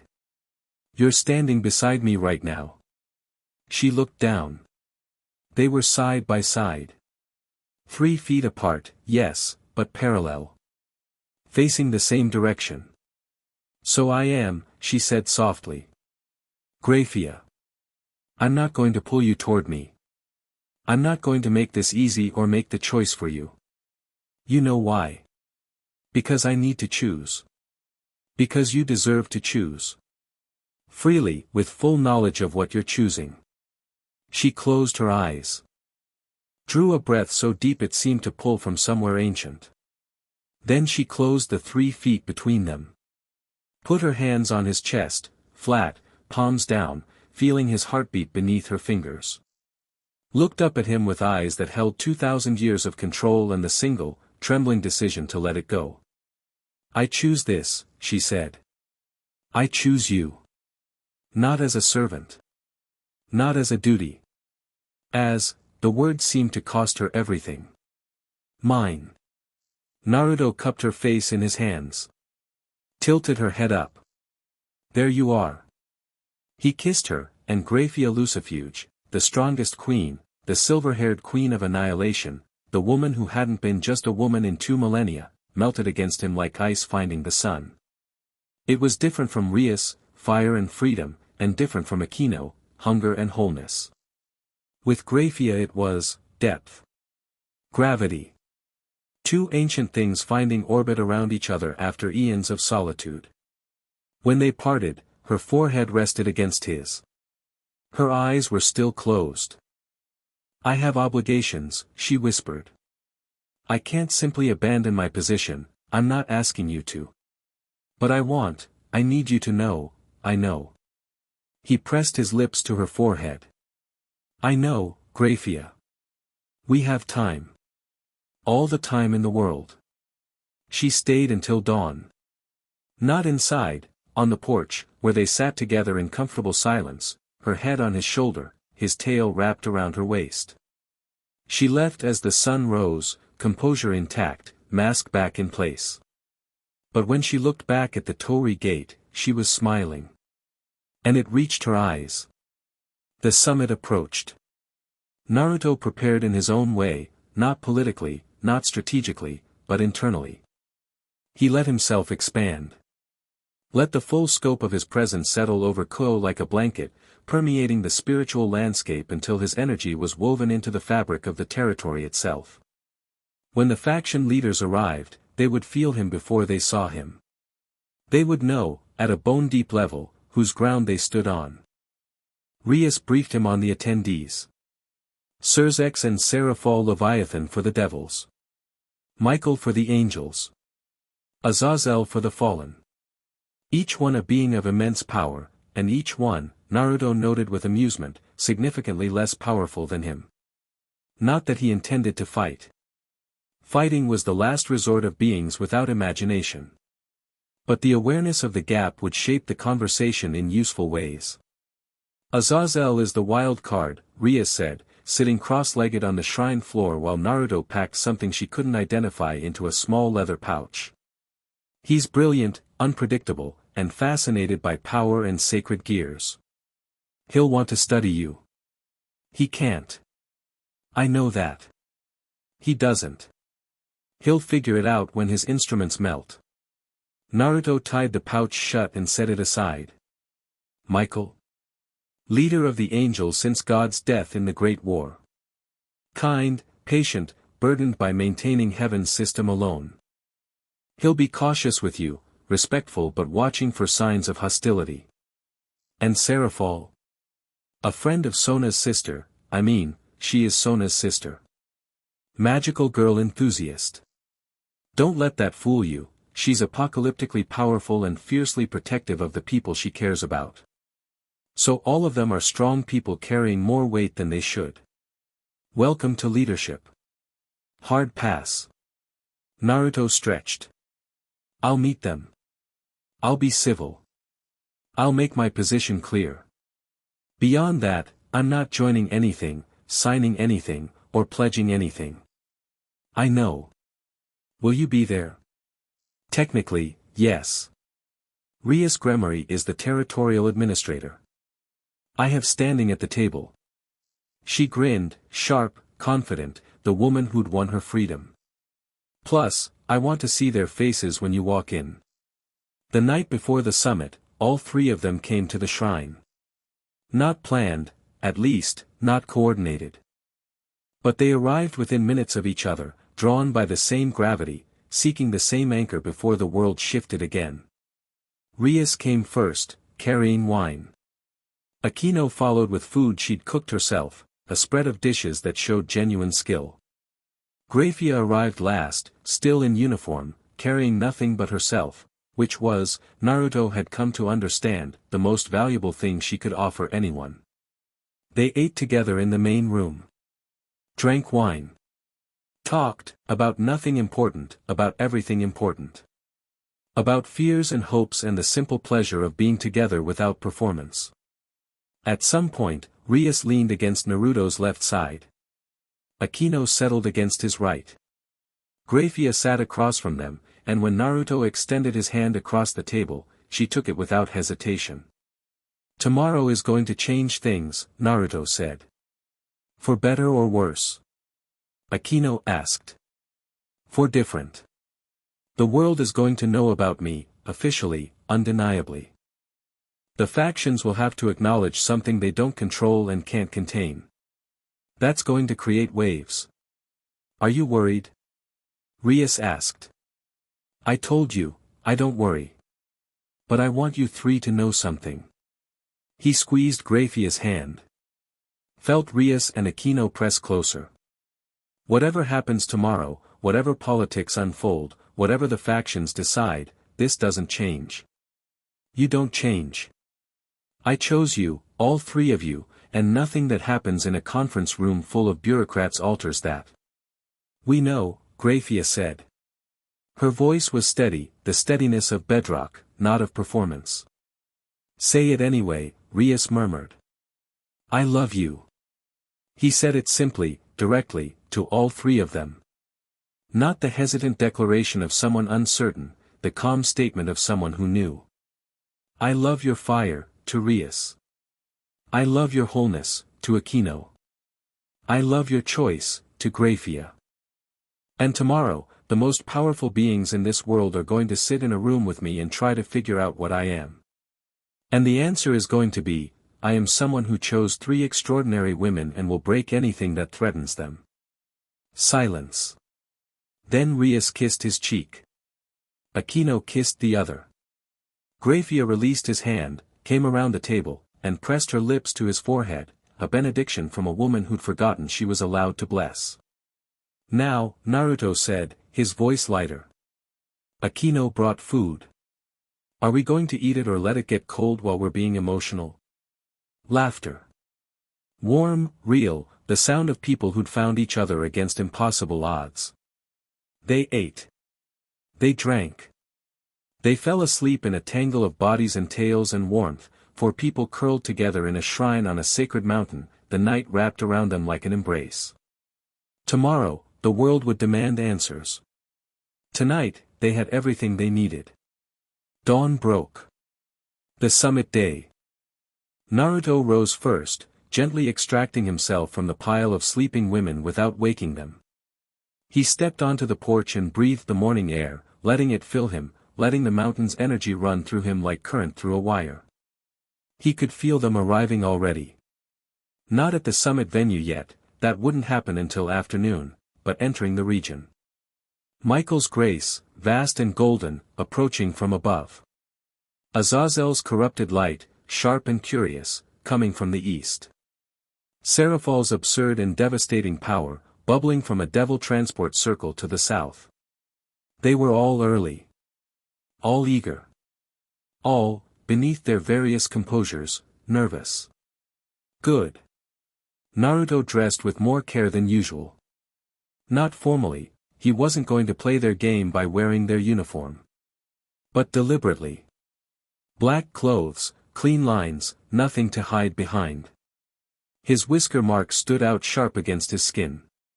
His eyes were vivid, slit-pupilled, ancient. He left his tails visible. All 9. Let them trail behind him like a declaration, I am what I am, and I make no apologies. Naruto. He turned. Grayfia stood in the doorway, already in her uniform, already composed, already masked. But her eyes held the warmth of last night, held it tight like a secret. Walk in with me, she asked. I'm attending as arbiter and Lucifer's representative. Having you enter at my side sends a message. What message? That you're not hostile. That the devil faction has engaged with you successfully. That the other factions can do the same. She paused. Also that you're mine, and they should keep their hands to themselves. Naruto laughed, bright and genuine and surprised. Was that a joke? I don't make jokes. Grayfia Lucifuge just made a possessive joke. I will deny it categorically. But her eyes were dancing. Will you? Walk in with you. Always. Behind them, Rias and Akeno stirred. The day was beginning. The world was about to learn the shape of its new reality. And Naruto, the primordial, the first fox, the god who'd slept through 5 millennia and woken to find love and purpose and a fight worth having, walked down his mountain with his head high and his power uncontained and the absolute, unshakable certainty that whatever came next, he would face it the same way he'd faced everything. On his terms. With fire in his blood and people worth protecting at his back. Chapter 5, The god decides to stay. The summit venue was a conference hall buried beneath Kuoh Academy, a dimensional pocket anchored to the school's foundations, accessible only through layered security circles that required authorization from all three factions simultaneously. Neutral ground, theoretically. In practice, it was devil territory dressed up in diplomatic clothing. Naruto felt the dimensional pocket as he approached the school grounds, a bubble of artificial reality stitched into the fabric of the town. Clever construction. Stable. Well-maintained. And absolutely incapable of containing him if he decided he didn't want to be contained. Grayfia walked beside him, her stride measured, her composure absolute. To anyone watching, she was escorting an unknown entity into the summit on behalf of the Lucifer, professional, appropriate, controlled. Only Naruto could feel the subtle warmth radiating from her, the way her energy leaned toward his like a plant towards sunlight. The seating arrangement, Grayfia said as they approached the school entrance. The faction leaders will be at the central table. There's seconds behind them. Rias and Sona will be present as territorial administrators. You will sit where I want. There is no designated seat for you. Good. I'll make one. The ghost of a smile tugged at her lips before she killed it. Try not to break anything. Define anything. They descended through the security layers, each one parting for Grayfia's authorization and then shuddering slightly as Naruto passed through, his energy too vast for the detection systems to process. Warning runes flickered and died. Identification arrays returned null values. The security infrastructure of the three factions' most sophisticated diplomatic installation simply couldn't categorize what was walking through it. The hall itself was impressive by mortal standards, vast, circular, with a domed ceiling painted to resemble the sky. A round table dominated the center, surrounded by chairs that radiated authority. Behind each faction leader's position, rows of seats for advisors, witnesses, guards. They were early. The hall was nearly empty, a few advanced security details, some administrative staff setting up recording equipment. They all stopped and stared when Naruto entered. He ignored them. Walked to the central table, pulled out a chair that didn't belong to any faction's designated seating, and sat down. Leaned back. Put his feet up on the table. Grayfia's eye twitched. What? He said. Your feet are on the table. My table. My town. My feet go where I want. She stared at him for a full 3 seconds. Then turned away to attend to her duties, and if her shoulders were shaking slightly, it was probably just the cold. They arrived in order of caution. Surzex first, familiar now, his crimson hair and easy smile entering the hall with Seraphol Leviathan at his side. Seraphol was small, dark-haired, and radiated an energy that was simultaneously playful and catastrophic. She wore a magical girl outfit that should have been absurd but somehow only emphasized the lethality beneath it. Oh. Seraphol's eyes locked onto Naruto immediately. Is that him? The foxy one? He's cute. Seraphol, Surzex murmured. What? He is. She bounced forward, seemingly fearless, and stopped beside his chair. Hi. I'm Seraphol Leviathan. I'm a devil king. Are you really 8,000 years old? You don't look it. Naruto took his feet off the table, not out of respect, but because her energy was genuinely interesting up close. Playful on the surface, but beneath it, a frozen ocean. Ice magic so deep and vast it could swallow continents. She was using the persona as camouflage, and doing it brilliantly. Naruto, he said. And I moisturize. Seraphol giggled. I like him, she declared to Surzex. Can we keep him? He's not a pet, Seraphol. Everything is a pet if you're brave enough. I'm going to remember you said that, Naruto told her, amused despite himself. Michael arrived next. The archangel entered through a portal of golden light, and his presence filled the hall with warmth, not the oppressive heat of power, but something gentler. Kinder. Like standing in sunlight after a long winter. He was beautiful in the way that natural forces were beautiful, not handsome so much as radiant, with golden hair and green eyes and an expression of such genuine kindness that it hurt to look at. Behind him, two angels in guard positions, their wings folded and their faces alert. Michael's eyes found Naruto, and something shifted in his expression.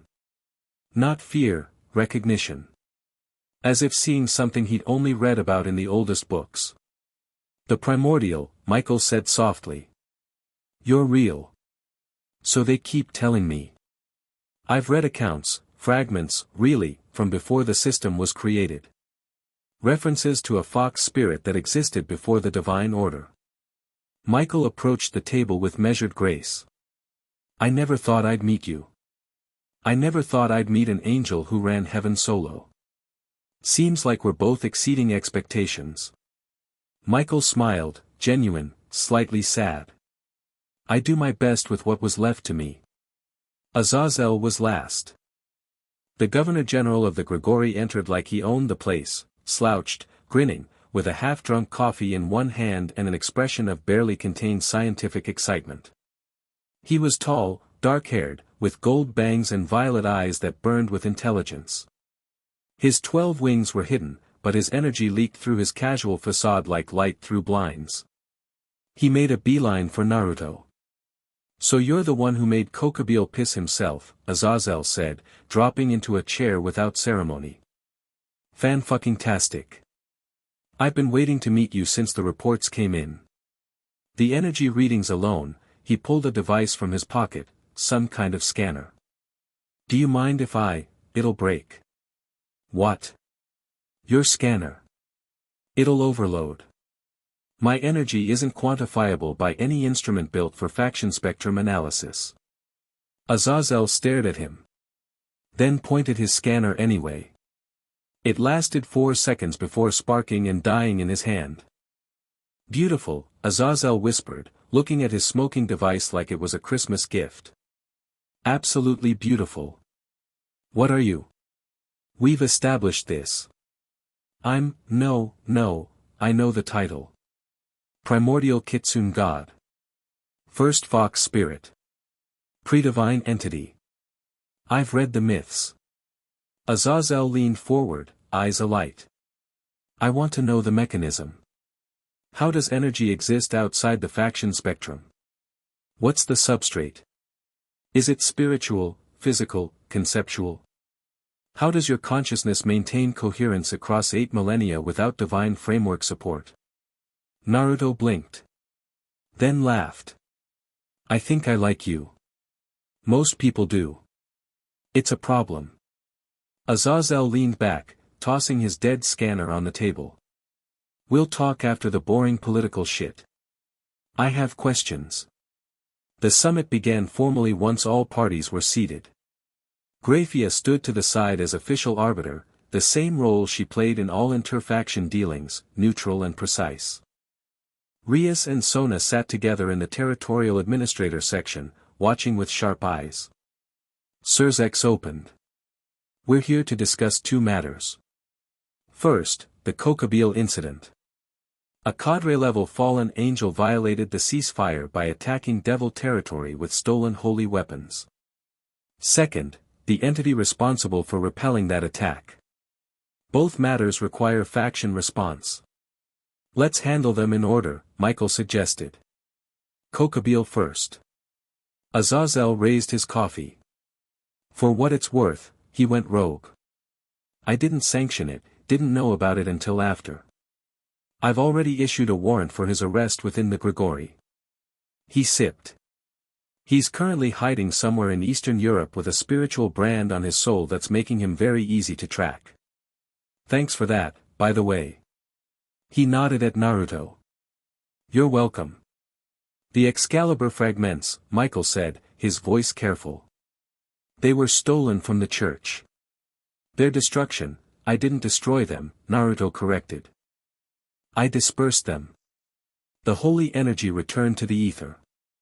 If someone with the right skill set wanted to reconstitute the fragments, they could probably find the energy and reshape it. Michael's eyebrows rose. You dispersed Excalibur, deliberately. With that precision. It was a badly made sword. I didn't want to hold it. Silence around the table. Azazel was grinning like a maniac. Seraphol was watching with wide, fascinated eyes. Serzex wore his pleasant mask. Michael looked thoughtful. Moving to the second matter, then, Serzex said. Our guest. Every eye turned to Naruto. He sat comfortably in his stolen chair, 9 tails draped over the back and sides like a living throne. He didn't straighten up, didn't perform seriousness. He met their gazes with calm blue eyes and waited. I think we all have questions, Serzex continued diplomatically. Perhaps it would be most efficient to let our guest introduce himself on his own terms. Sure. Naruto didn't move from his slouch. I'm the Primordial Kitsune God. I'm the first fox spirit, all Kitsune descend from me, whether they know it or not. I'm approximately 8,000 years old.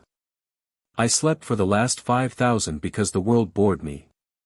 I woke up 2.5 weeks ago because someone put devil territory markers on my mountain and it annoyed me in my sleep. He shrugged. I don't belong to any faction. I'm not joining any faction.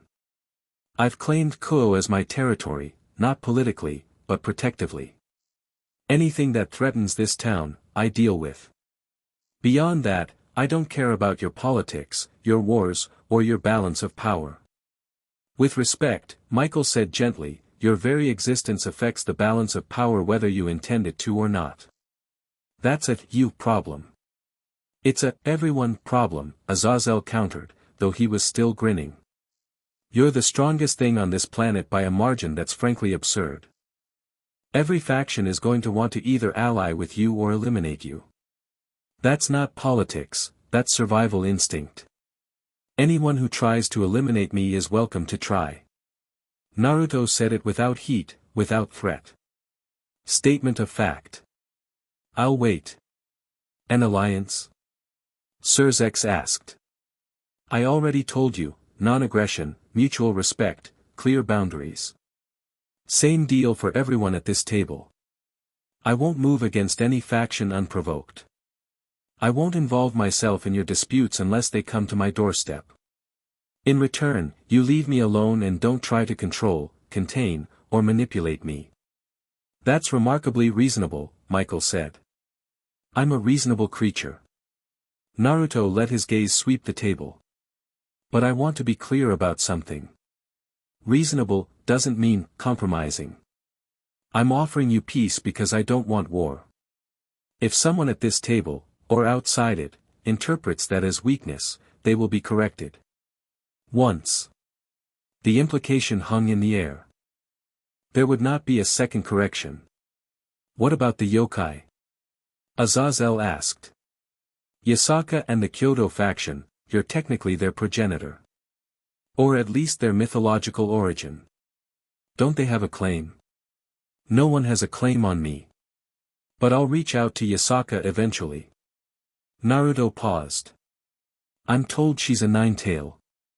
Must be interesting, another fox who made it to the top.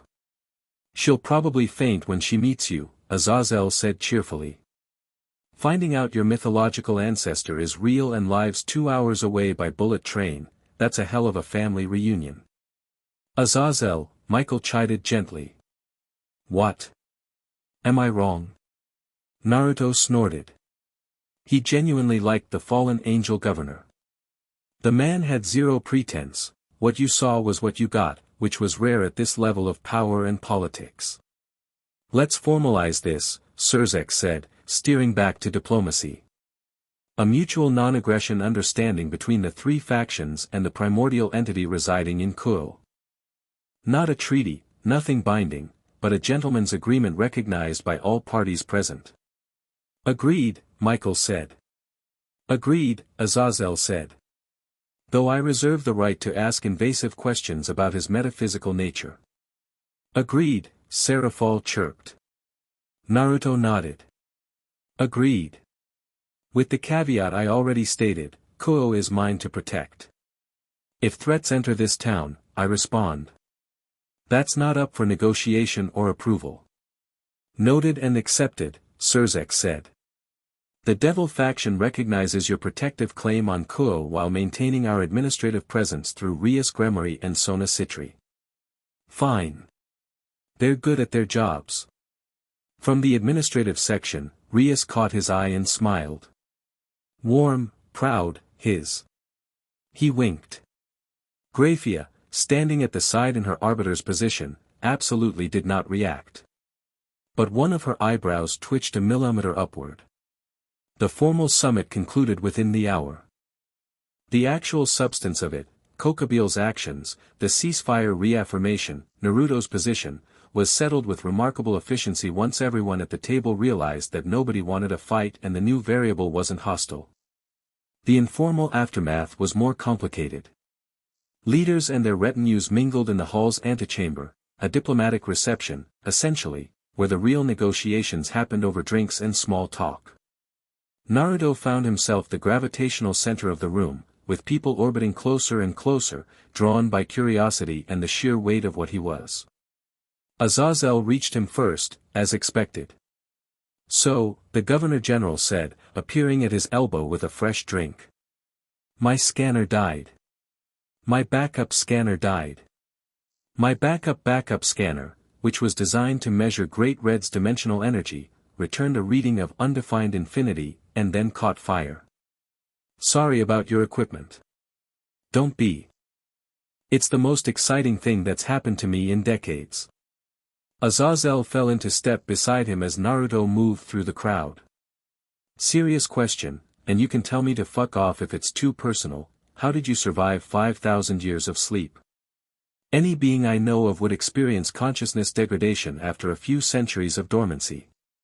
I'm not any being you know of. That's sort of the point. Fair. But humor me, is it a biological stasis? Spiritual preservation? Some kind of temporal isolation? Naruto considered the question. It was asked with genuine academic curiosity, not exploitative intent. Azazel was a scientist at heart, a builder, a questioner, a man who'd fallen from grace because he loved humanity's potential too much to stand apart from it. I don't degrade, Naruto said simply. My existence isn't contingent on a system, not the divine system, not the demonic hierarchy, not the natural order. I just am. Sleeping doesn't threaten that because sleep isn't a reduction of existence, it's a different mode of it. Azazel's eyes went wide. You're self-sustaining. Completely. No external framework required for consciousness maintenance. Is that unusual? It's supposed to be impossible. Everything, gods, angels, devils, spirits, everything exists within some kind of system. The system of heaven.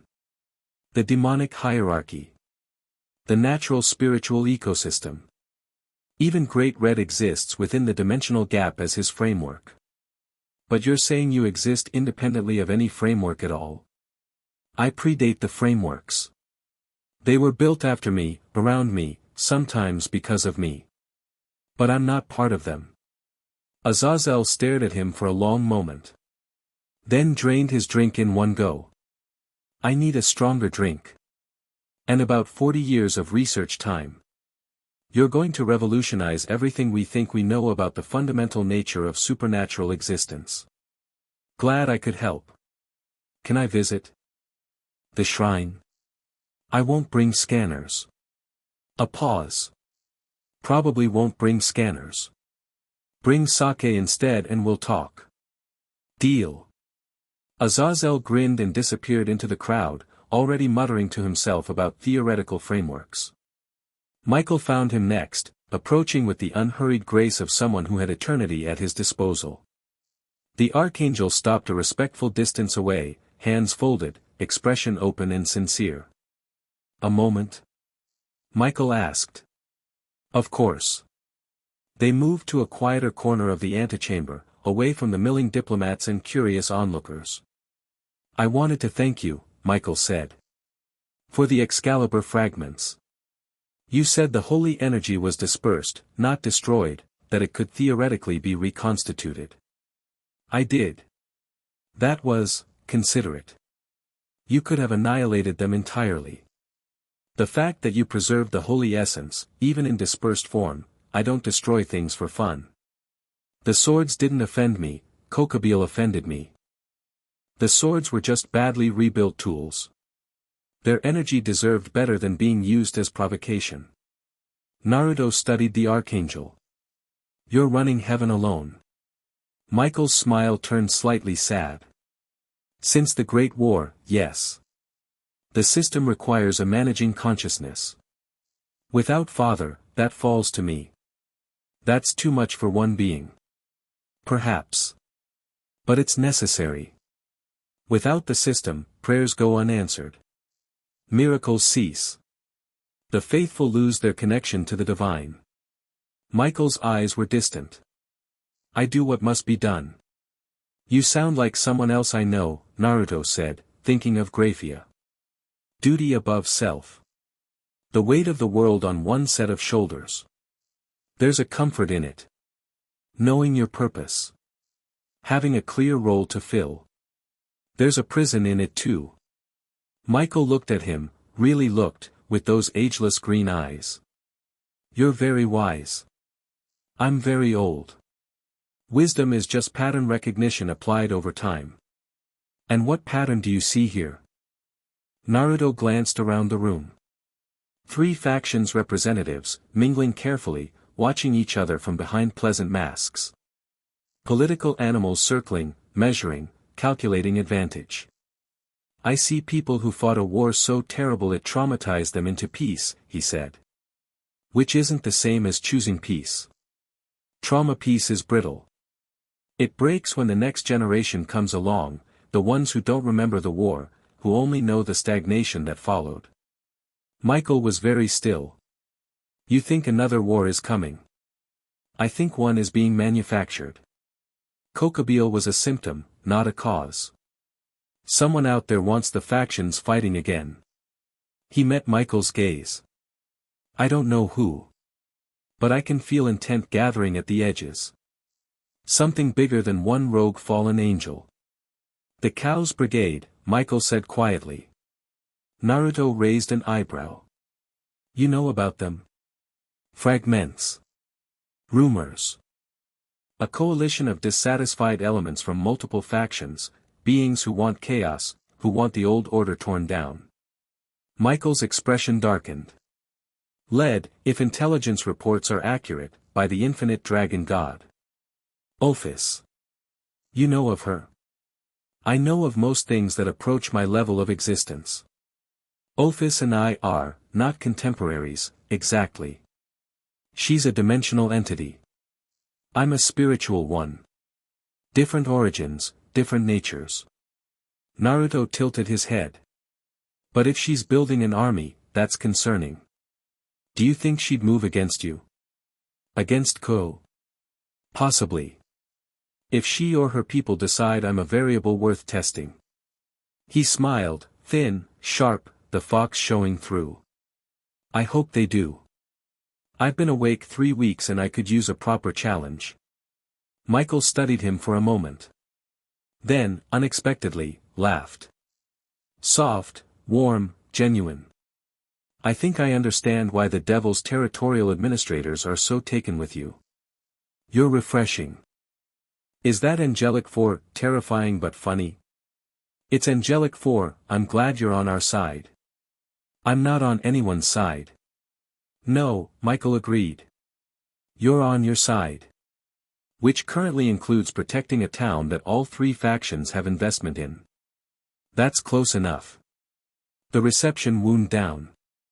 Diplomats departed through their various portals. Security teams dismantled barriers and recording equipment. The summit venue slowly emptied until only a handful of people remained.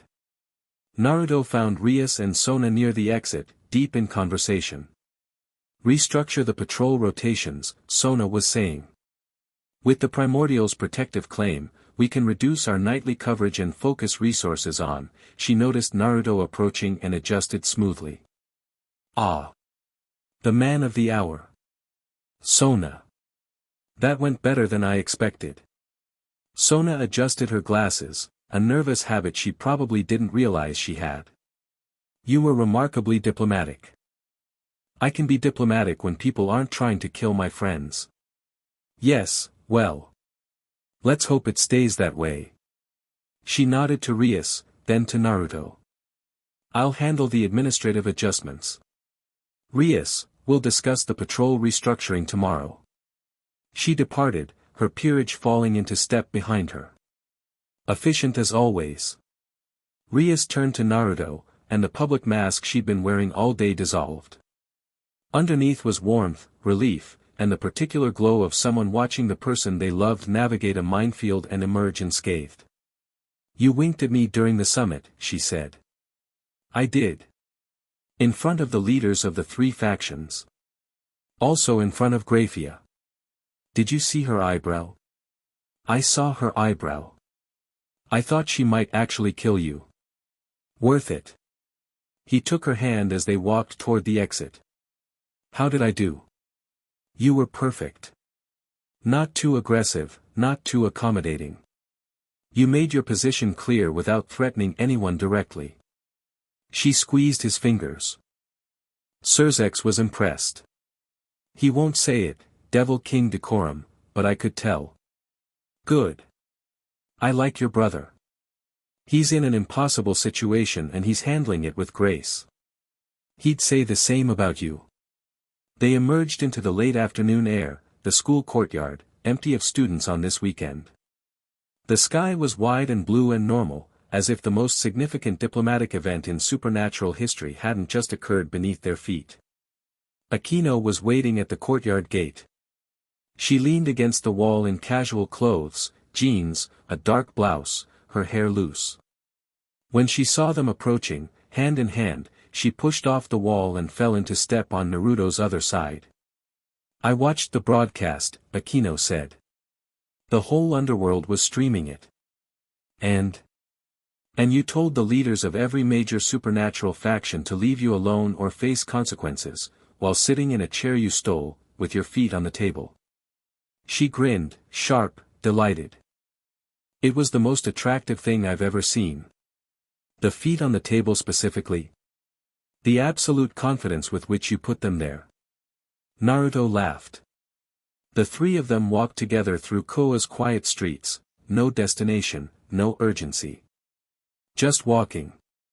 Being together in the ordinary world that existed alongside the extraordinary one they inhabited. It's strange, Rias said after a while. 3 weeks ago, I was dreading every day. The engagement was coming. My future was decided. I felt like I was drowning in slow motion. She looked at Naruto. Now I've won my freedom, watched you face down the entire supernatural world, and I'm walking through town holding hands with a god. Technically I'm a primordial entity. God is, you're my boyfriend, Rias said firmly. The philosophical classification is irrelevant. Akeno snorted. Did you just call an 8,000-year-old primordial being your boyfriend? Do you have a better word? No. But it's still funny. Naruto was grinning. I've been a lot of things. Boyfriend is new. I'll add it to the list. They made it halfway to the mountain before the air changed. Naruto stopped walking. His tails, hidden until now, manifested in a sudden burst of golden white, fanning behind him like a warning display. His pupils contracted to narrow slits. Naruto. Rias tensed immediately, her power of destruction rising to her hands. Something's coming. He turned his head, scanning the sky, the physical sky and the spiritual one overlaid on top of it. Something big. Moving fast. Dimensional, it's entering from outside this reality. A crack appeared in the air 3 blocks ahead of them. Not a portal, a tear. Reality splitting at the seams, forced apart from the outside by something enormous pushing through. Get behind me, Naruto said. Neither woman argued. They moved behind him, not cowering, but tactical. Ready to support, ready to fight if needed. The tear widened. Through it, Naruto could see, nothing. Not darkness, not light. Void. The dimensional gap, the space between realities. And from that void, shapes emerged.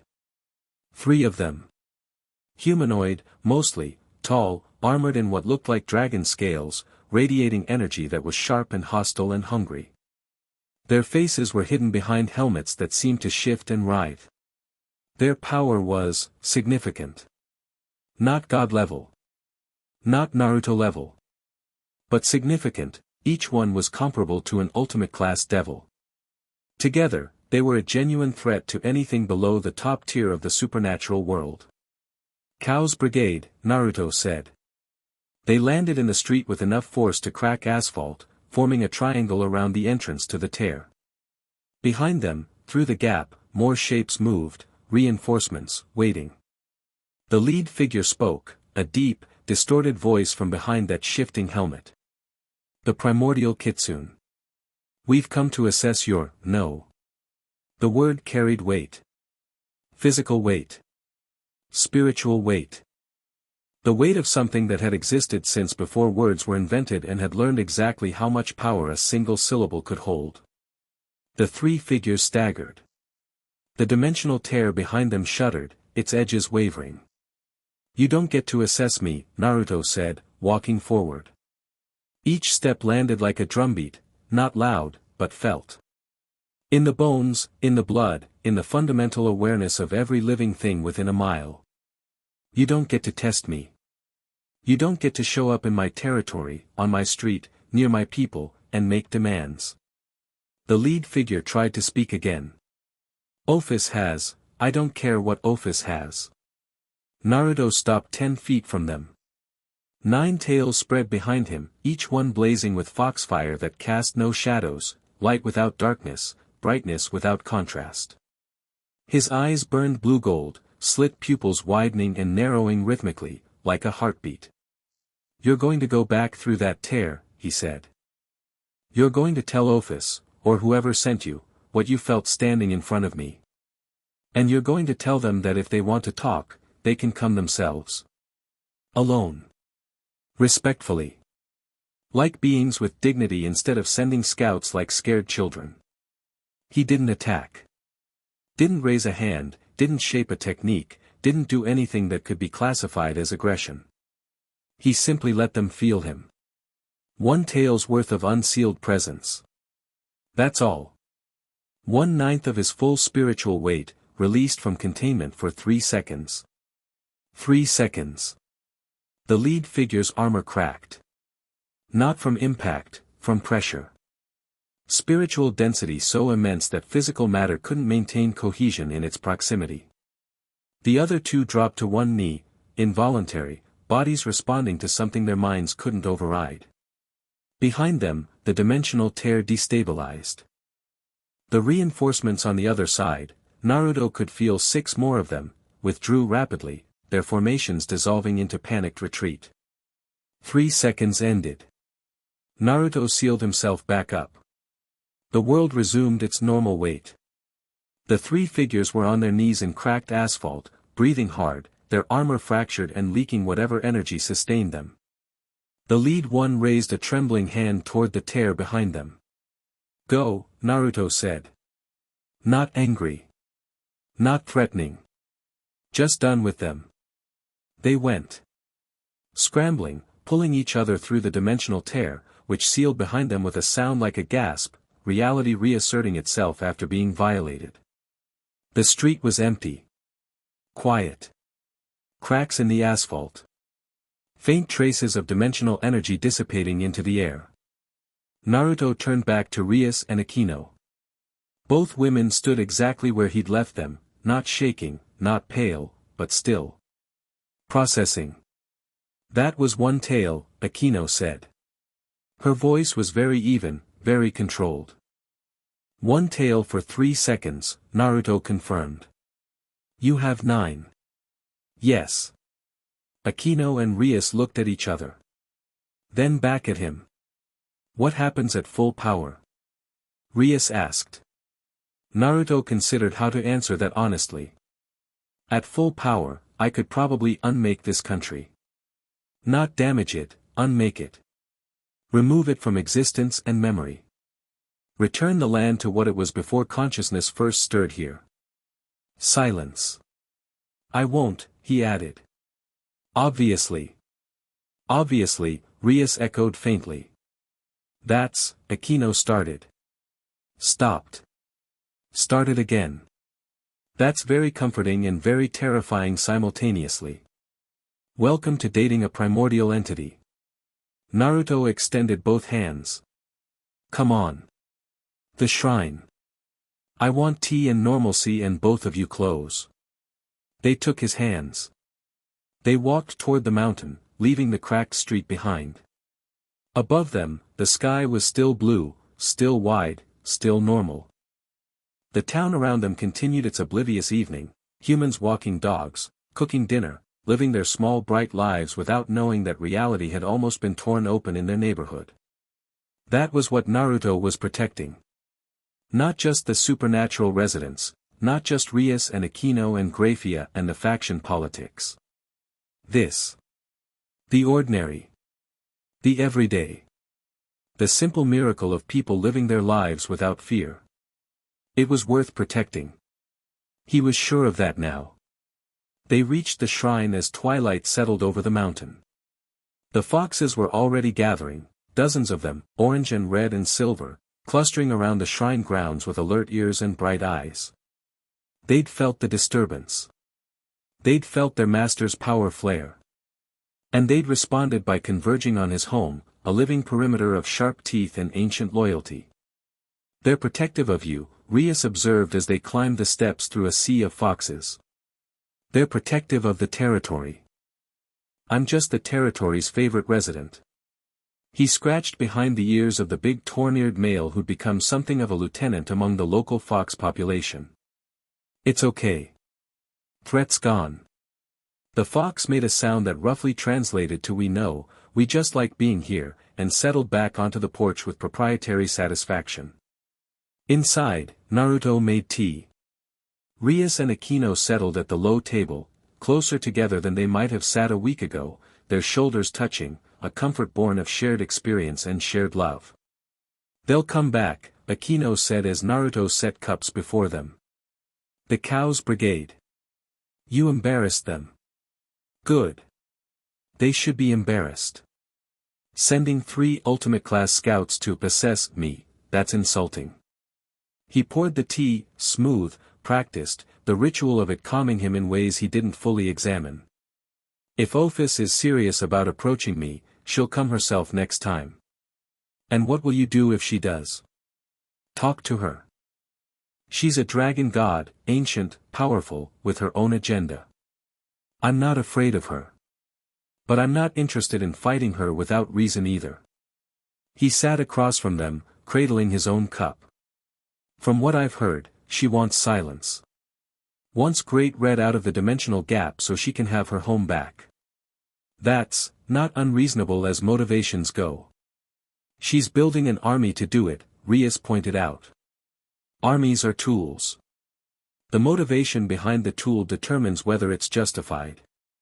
He sipped his tea. If she comes to talk, I'll listen. If she comes to fight, I'll end it. Simple. Simple, Rias repeated with a slight smile. You keep using that word. Because things are simple. People complicate them with politics and ego and fear. Strip that away and most situations are straightforward. He set his cup down and looked at both of them, really looked, with the full weight of his ancient attention. Like us. That's simple too. Naruto, I woke up after 5,000 years. The world was new and strange and full of things I didn't understand. And then I met you. Both of you. And Grayfia. And suddenly the world wasn't new and strange, it was home. Because you were in it. He reached across the table and took one of each of their hands. That's simple. Everything else, the factions, the politics, the Cow's Brigade, all of it, that's just weather. This is bedrock. Rias's eyes were bright. Akeno's grip on his hand was fierce, almost painful. You're staying, Akeno said. Not a question. I'm staying. For how long? Naruto smiled. I slept for 5,000 years because nothing held my interest. Now 3 women and a town full of people and a whole complex world are holding my interest. I'm staying until something changes, and nothing's going to change. You can't promise that, Rias whispered. Nothing lasts forever. I do. He squeezed their hands. I literally do. I've existed for 8 millennia and I have never broken. Whatever forever looks like, I'm it. And I'm choosing to spend it here. Grayfia arrived 2 hours later. She came through the Torii gate without announcement, her maid uniform exchanged for civilian clothes, the first time she'd arrived at the shrine already dressed as herself rather than changing along the way. A soft sweater, dark leggings, her hair down around her shoulders. She found the 3 of them on the porch, Naruto in the center, Rias curled against his left side reading something on a tablet device she'd introduced him to, Akeno dozing with her head in his lap while he idly ran his fingers through her dark hair. Grayfia stopped at the top of the steps and took in the scene. Something raw moved across her face, not jealousy. Want.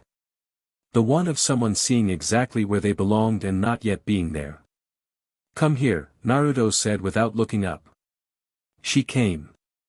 Settled on his right side, the one Akeno usually claimed, but Akeno was in his lap and there was space. Grayfia sat close, their shoulders touching, and after a moment, she leaned her head against his arm. The summit fallout, he asked. Managed. Surzex is satisfied. The other factions are, cautious but not hostile. Azazel has already submitted a formal request to visit your shrine for research purposes. She made the air quotes audible. Tell him to bring sake. I'll pass that along. She was quiet for a moment. Then, I felt it. Earlier. Your power, even sealed, even from the underworld. One tail, 3 seconds. My detection arrays couldn't quantify it.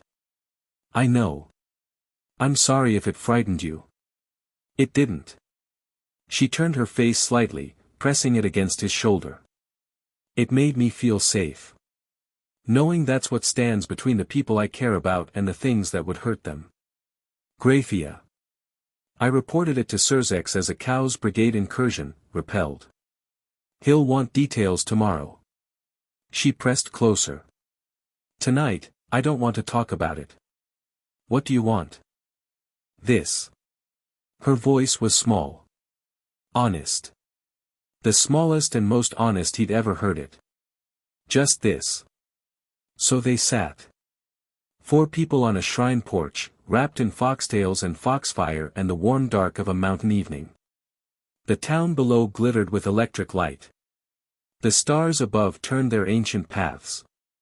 The supernatural world churned and shifted and reorganized itself around the new reality of the primordials waking. None of it mattered. Not tonight. Later, much later, when Rias and Akeno had fallen asleep in the main room and Grayfia sat with him on the roof watching the stars, she asked the question he'd been waiting for. What happens now?